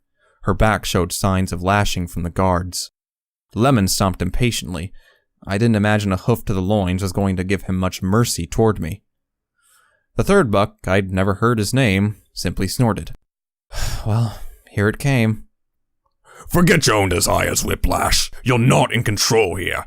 I'm taking the ones that I want. You do not have the choice in this matter. Understand?" That voice had not been the griffin. Rough, mocking, and overbearing, that tone had reached the ear of every pony in the petting zoo. It was direct and loud with a fierce authority, like the words were spearing into my skull. The sheer power of command in that voice sent a chill down my spine, accompanied by feeling like it locked my hooves to the ground.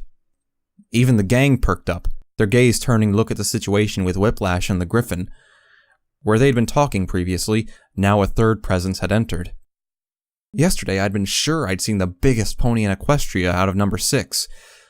This Earth Pony stallion seemed to be even bigger, if only through girth. He'd simply barged in, the griffin clearly aggravated at her own meeting being interrupted by this new arrival. Number 6 had been the single most terrifying pony I'd ever met. This one was perhaps the more disgusting, yet he carried a dominating presence with him. Mangy dark brown made up his coat while his mane and several patches of his coat had a filthy gray to them. His huge girth came atop powerful-looking legs. While he wasn't as tall and muscular as 6 had been, he looked astonishingly strong from such a massive center of force. He was not obese, rather just largely built with a lot of weight and power. Across his hide were strapped high-quality leather barding and metal plates that hung with trinkets and small bags. Whips, clubs, and what looked like a magical energy stun rod hung within mouth's reach. I tried not to look at his mouth, filled with rotting and often missing teeth. I could almost smell him from here. I had to fight to not gasp as I saw his cutie mark and almost checked my own flank to be sure. It was a single unbroken loop of chain. The pattern is almost identical to my own shackles. He dwarfed Whiplash, and even put the normally larger-than-a-pony-sized griffin to shame. He was addressing them both, clearly higher in the pecking order of red-eye slavers. In fact, to my astonishment, Whiplash, the hard-faced terror of my life, looked ready to whimper before him. Who was this pony? That little upstart protege won't let me anywhere near the slaves in his stock, so I got to come to you, understand? Now I ask you, which ones do you not mind misplacing? I require more for my own stock. The raspy and filthy mouth grinned at Whiplash before glancing at the griffin. Unless you want to try to start anything, Regini. You still loyal to the code, eh? The griffin nodded sternly without a word. I could see her talon resting tightly on the strap of her weapon. Whiplash looked between the two with nervous eyes. This was clearly an animosity well above his level. Look, I'll give you one slave, alright? Go ask the lads at the terminal. I hear they want rid of some troublemakers after today, alright? Oh boy, couldn't I just guess where this was going? I stood rooted to the ground, wishing I could somehow make myself invisible in plain sight. One, eh? And what makes you think you can decide on only one? Better impress me, Whiplash. Who is it? Murk, get over here. Whiplash hadn't even taken his eyes off of his visitors. I didn't move. I didn't want to get any closer to that horrid beast of a pony. Murk, move yourself over here, right now! Whiplash's voice was a mix of anger and fear as he finally got the courage to look away at me. I was getting the feeling this wasn't entirely official business for Red-Eye, judging by how the griffin was lurking to the side. I still didn't move. I couldn't have. My hooves were locked firmly into the ground. With horror, I saw the new slaver instead simply follow Whiplash's glare before advancing toward me. Standing barely 2 feet in front of me, I almost retched on the stink of him alone. I trembled, clearly shivering and hyperventilating as he stared at me, looking me over. Interesting. Not often you see a small pony like this these days. Pity I couldn't get a hold of that other one while she was here. He seemed to lick his lips. I had to close my eyes to not dry heave on the spot. The thought of this disgusting slaver being anywhere near the stable dweller offended me to my core. The thought of him being anywhere near me just felt like it was violating my sanity by his mere proximity. I felt his hoof reach out, lifting my chin and roughly shaking my head from side to side, examining me from all angles. Bruises and sprained muscles screamed in pain, as did I. He didn't relent, judging my size and shape. My saddlebag was pulled from my back, as he reached for my makeshift vest. No! Almost on instinct, my back right hoof shot out again as he spun me around, aiming for the one spot I knew I could hurt him. A bellow of rage blasted my sensitive ears as he slapped me across the side with a hoof hard enough to catapult me over the fence. Crunching against it hard enough to set the entire fence wobbling, I fell to the ground beneath it and curled up in agony. Gasping hard, I felt my balance spin. I'd never been hit that hard. Never. The slaver had murderous eyes as he shook on the spot at my impertinence to try and strike him. You little runt. He slowly started stomping towards me, one hoof at a time. You think you can just try bucking me in the loins and get away with it? I squealed in terror as I saw Whiplash not moving to interject. The griffin had disappeared. You know who I am. I'm gonna be your new owner. How do you like that? He yanked me up by my jerkin and slapped me clean across the face. My name is Chain Link Shackles, worm. But you will only call me by one thing. To you, I am nothing but the master. Understood? His hoof knocked my cheek again. What is my name? Master Chain. Again, his hoof connected. I screamed, I squealed, I fought, but he lifted me off the ground. You didn't listen. What's my name? Gasping, whimpering, I retraced what he'd said. I'd missed the particulars in my panic. Every instinct I had kicked in. This was not just any slaver. I'd been born a slave, named as a slave, and gained my cutie mark as one. Somehow I just knew that he'd been born the opposite. His cutie mark seemed to make that clear. He was the opposite side of the coin, born to command me. I could not disobey. In seconds, he'd asserted himself over my subconscious greater than any pony before. Master! I screamed. Yes, master! Everything about him seemed designed to be the antithesis of myself. Large where I was small, strong where I was weak. Number 6 had terrified me. The master had an effect more profound. There was something deeper. There was a need in his eyes, a desire that I felt affronted by but unable to escape its demand. He threw me down to the dirt. Now get that vest off. I want to see what I'm getting. No, I couldn't allow that. But I felt every muscle rushing to obey.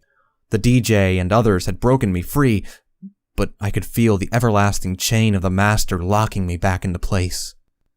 I'll tell you why he doesn't want it off. I looked up to see the third buck was running up to the master. The gang member skidded to a halt before him, pointing a back hoof at me. The master merely glared down at him with stern eyes and a scowl. I was terrified. If my place as a Pegasus was revealed here, I'd be nothing but dead, or paraded in front of Master Red-Eye by the master. My imagination outran my horror and revulsion so far that I almost didn't notice for a second as the master's hoof slammed the buck to the ground mercilessly. I didn't. A hoof shattered the buck's mouth. Ask you. His mouth drew a knife so big it almost looked like a sword. To speak, slave. The knife descended with enough force to puncture clean through the buck's neck and embed itself into the ground beneath. Twitching and gurgling, the buck died within seconds as lifeblood pumped out over the dead grass and dirt. His hooves continued to spasm for a few seconds before everything went still. The blood ran around my hooves, but I was too frozen in fear to move them as I felt a dull warmth creeping over each hoof. Whiplash looked too terrified to react. The gang simply fled into the petting zoo. Enough! The griffin landed beside the master. Mouth splattered with blood, he rounded on her. The rifle was drawn as she looked him in the eyes and stood firm, if cautiously. Slaves aren't transferable until tomorrow night anyway, Shackle, she barked. You know that. You'll get to see him then, you'll get your prize. I'll have Protégé look elsewhere tonight for a replacement to fill the gaps. She was trying to mollify him by giving him precisely what he wanted, to avoid any more bloodshed or brutality tonight. I'd seen Master Red-Eye's griffins display such behavior before. Their loyalty to him was absolute. They would often protect slaves against overly eager slavers to keep Master Red-Eye's stock intact for work shifts if they felt the production was threatened. The master narrowed his eyes before bellowing in laughter, angling his head toward me. You're just what I need, Murk, he shouted, voice rasping on the air, just like mine. I'll be back promptly tomorrow to take you to my, special stock. We'll have fun for sure, little Murky. Find you some real work in Philadelphia that you slaves should be doing. None of this pulling carts rubbish. That decaying grin made me break down on the spot. I'd heard the rumors, slavers who kept special stocks of unofficial slaves for extreme work environments that they hoped would gain them more influence with Master Red-Eye. Some rumors even said they were little more than sick death games with slavers gambling on the survivors, or the ones who didn't live through them. To go with him would be a death sentence. The second one in 2 days. The master was something bigger in Philadelphia, part of the layers that led to such a heavy cost of lives. Inwardly, I cursed my life. Everything I did just seemed to end in further slavery. Was that really all my talent was? To simply put myself into the service of others all the time? Today alone, I'd run almost a half-dozen errands for various ponies, both slaver and slave, and I had not one thing to show for my efforts, other than a couple of extra days till my sickness consumed me, or the master threw me into some brutal game. Even as the master left and Whiplash hurled me into his storage cupboard, I just felt numb. Now you're staying in here for the night. If you get brutalized in the night by them, Shackles will not be pleased, and I like having my own hide. You're still working tomorrow, though, so sleep. Of course I was. Why wouldn't a good little slave be? I didn't sleep all night. My imagination kept me awake, filled with pain and bitter ends. Perhaps I'd been right in my belief. A slave's life only ends in one of two ways, really. Either a slow, lingering fade from sickness, or a painful and violent killing. I kept pawing at the pip-buck, willing it to say the right thing again. It'd broken me free before. It stopped me taking that last step. Why couldn't it do something now? All I was getting was music from Sapphire Shores. I didn't even like her. Why couldn't it be Velvet Remedy? At this point, I'd even like to hear more from Sundial. But with no way to understand how to control the pip-buck's diary settings, I could only presume it glitched out before or something. I really was without any help. Alone. I couldn't see too well in the dark to spot any of my pictures before me. I tried drawing, but with no light to see by, it failed immediately ever since Whiplash had locked the door. All I could do was wait until my shift, work myself to death, and then be handed over. I gulped, breathing ragged, to the master. He'd haunted my thoughts since the moment he'd left. A giant pony who'd been born to keep me in line. It was his destiny to find me, just as it would be mine to be under him. But I didn't want that. I didn't want to die. Hadn't I just spent 2 days trying to prove that to myself? I thumped the wall with a hoof, trotting around before settling my head in my journal with a hoof over the pip buck. Click. There was light. I jumped, startled as a sudden brightness seared my eyes that had adjusted to the darkness. Covering them with a hoof, I glanced carefully out to see the source of the light. The pip buck sat across from me, the smashed screen emitting a glow that flickered and occasionally died for a second or two from the faulty arcane technology inside. Sundial's words echoed in my mind. A little light to brighten up the darkness of the night. Thank you, Sundial. With the light that his little legacy brought, things changed. Slowly, my mind found the solace I'd fought so hard for. To push back the slave in my thoughts. I could see. If I could see, it meant I wasn't alone. Before me lay my drawings. Myself in the corner of an empty piece of paper, smiling so joyfully with no injuries or sores at all, my wings spread out. My mother, forever beautiful and comforting, who looked at me off the page, so proud and hopeful for her little lost foal. Number 6, strong and relentless, his stoic manner defending me from fear.